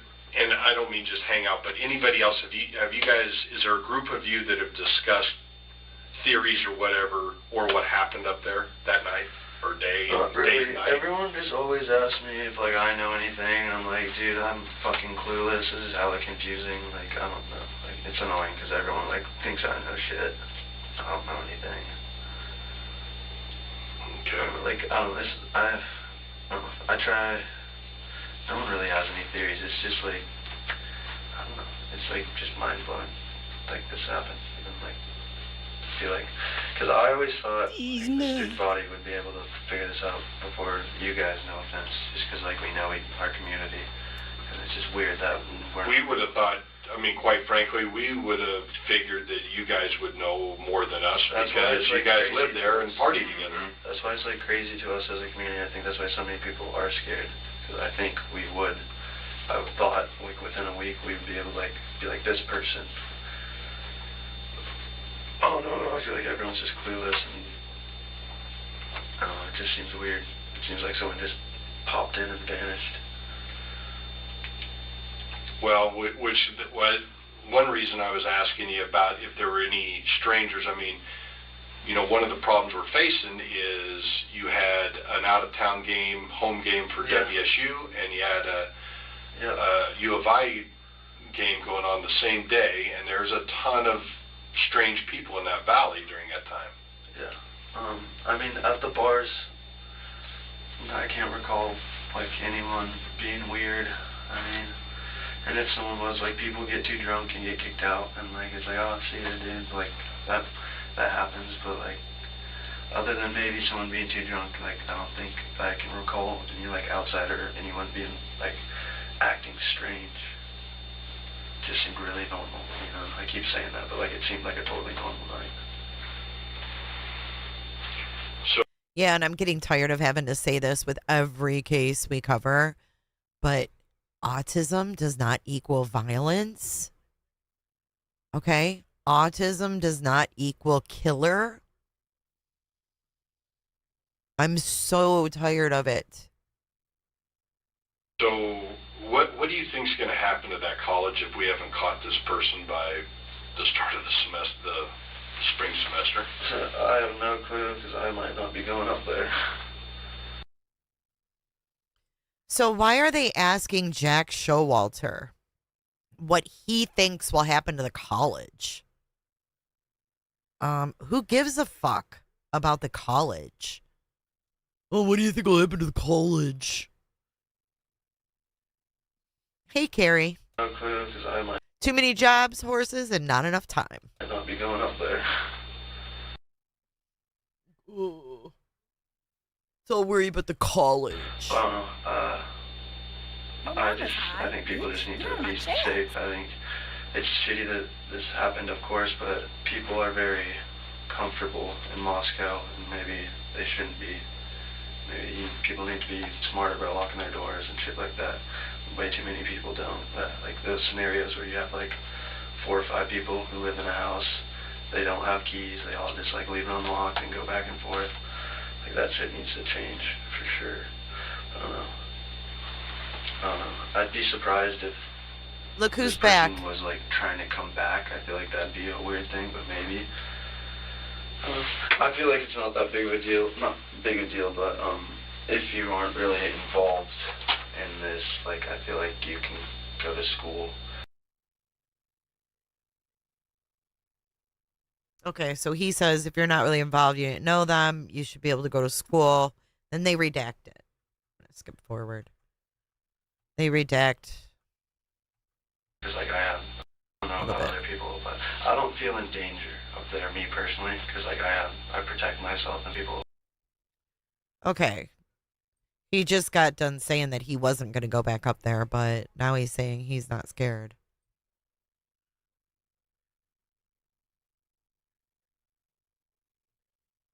I don't know about other people, but I don't feel in danger up there, me personally, because like I protect myself and stuff, and I lock my doors. But I don't know. It's definitely a wake-up call for a lot of people, I think. So if they lock their doors, this shit might not have happened, it seems. So I assume their doors weren't locked. I didn't work the crime scene. I either did, so I can't tell you on that. I would assume they don't lock their doors because it's a come-and-go house, it seems like. They have a lot of people over, it seems. Do you know, do they have frequent parties there? Is it a frequent party house? I mean, all of those houses on King Street are party houses. Like, if... Yeah, my son lives right behind them, so I know. People who move to, like, that street are usually sorority, fraternity, and they party. And also, like, a lot of the... For different reasons, like, with the school and stuff, like, if a fraternity can't have parties, then King Street or someone's going to have a party. So there's a lot of days where someone's not allowed to have a party, so they're going to, like, Thursday through Saturday, if there's not a fraternity thing, there's probably something on King Street. Like, people, like even before they live there, like, the people who live there before them would have parties. So if you move there, you're probably going to have parties. Like, and that's like any house on King Street. Because people like to party. This sounds so average to me. I don't think so. Yeah, I'm sorry if I'm not more help. No, I mean, you can only tell us what you know, man. Yeah. Do you know what the most recent trouble was that got you put back on the Nationals' radar? That got you either suspension, extended, or put back on suspension?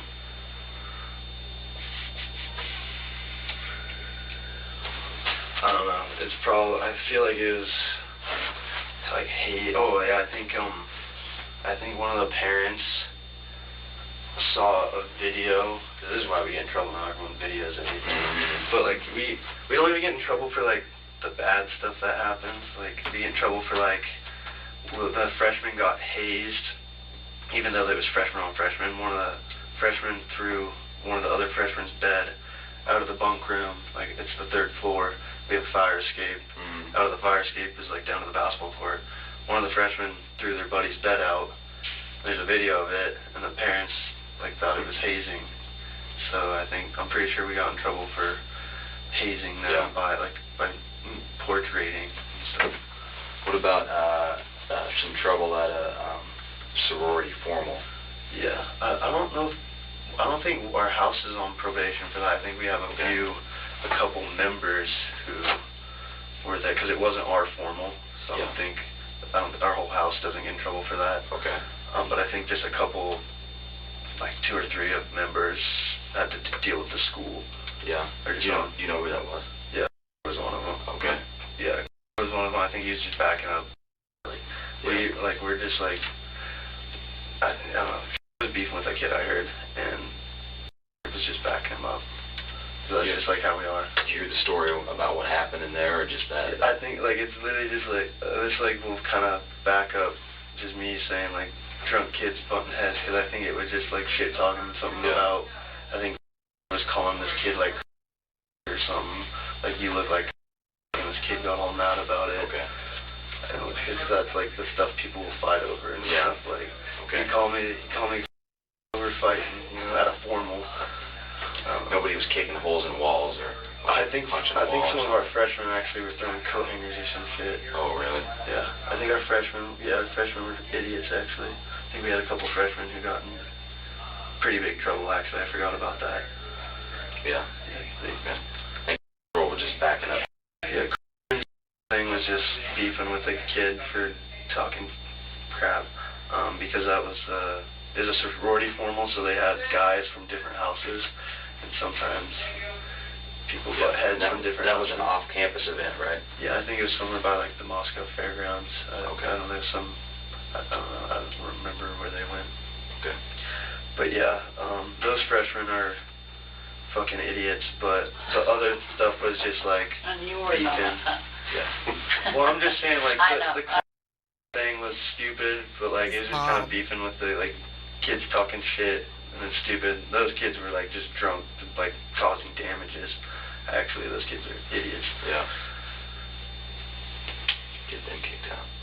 I don't think so. And I don't know if it's illegal. I don't know what the thing is, Yeah. but is he cleared DNA wise? Was there ever? That's what everybody's If he wasn't, they wouldn't. I'm gonna ask one more thing, but it's just something to say he's fully cooperated, because you've never been fingerprinted in your life, have you?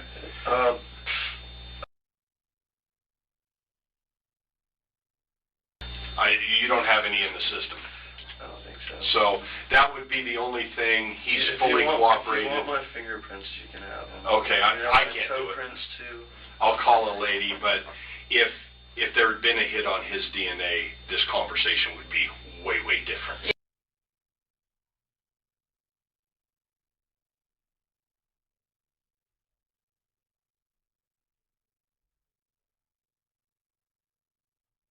I'll call a lady, but if there had been a hit on his DNA, this conversation would be way, way different.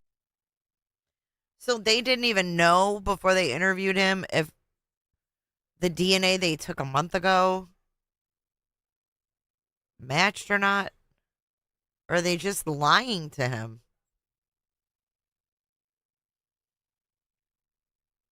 Hey, Lisa.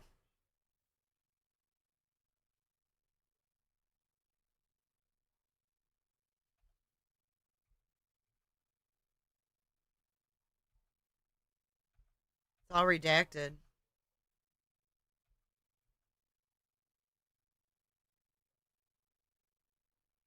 Mom looks up. Look at Mom.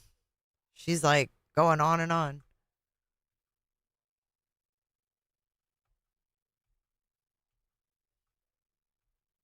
It's in what interviews? Whose interview? This is all redacted.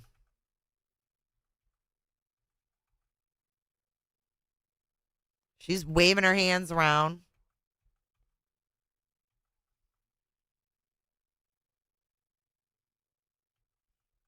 No, this is 12/6. The first one was 11/13. That was just audio.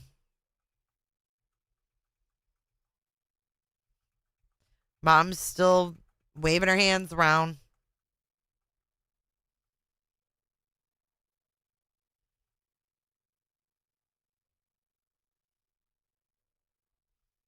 Years, so you don't want me doing it, lady.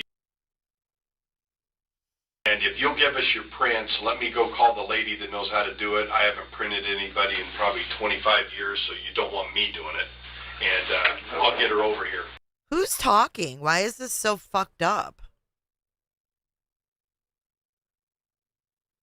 So this audio is overlapping. Hey, Rollins. This audio is overlapping. They redacted it and then it overlapped. Make it make sense. I haven't printed anybody in probably 25 years, so you don't want me doing it. And I'll get her over here. Okay? All right, thanks. Here, across the street. Where is it? I think that you would run over if okay. yes, but I gotta go make a call real quick. Okay, thank you. Thank you. Thanks, nice to meet you. Nice meeting you. Do we just stay in here? Yeah, you can wait out here. I'll just run and get this arranged. Okay. Thank you. Pretty crazy. You okay?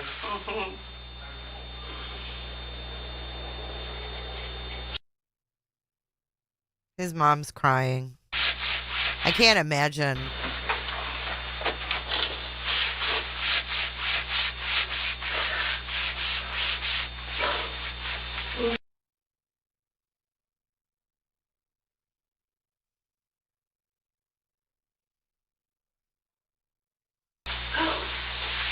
you.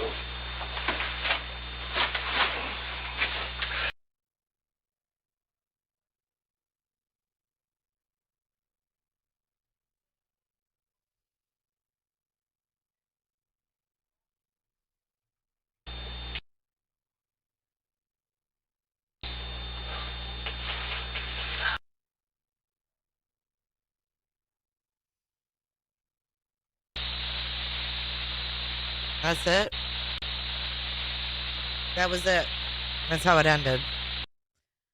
Very anticlimactic, if you ask me. But I got one more thing for you guys, and then I'm gonna wrap this up. Michael Kohberger, in reference to Brian Kohberger, Brian Christopher Kohberger, Kohberger. Our home phone number here is 570-355-1332. Roberta. Brian did reside at 1630 Northeast Valley Road, apartment G-201, Pullman, Washington, 99163. What I'd like to know is about his apartment and the status. That's number one. Number two, if you cannot answer that question, I understand. If you could redirect us, 570-355-1332. Brian's phone is not accessible. You cannot access it or his email. All right, that's all I've got for you today, folks. I'm sure that it is not over. We're going to read this book together.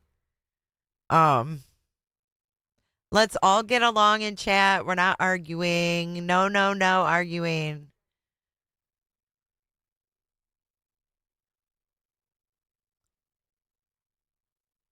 It's okay that she mentioned the president. It's not the end of the world. It'll all be okay. Let's all just calm our titties because it's Saturday.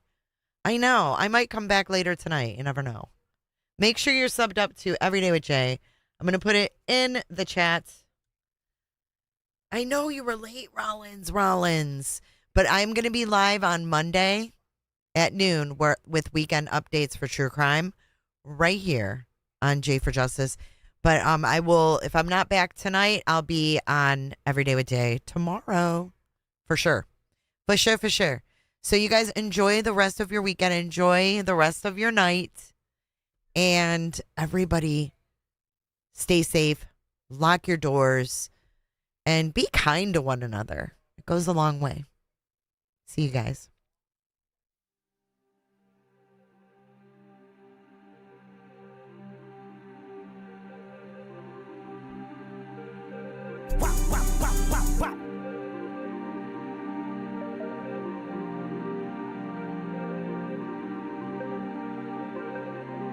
Thank you so much for watching. If you enjoyed this live stream or video, make sure to give it a thumbs up and hit that subscribe button so you don't miss out on my latest content.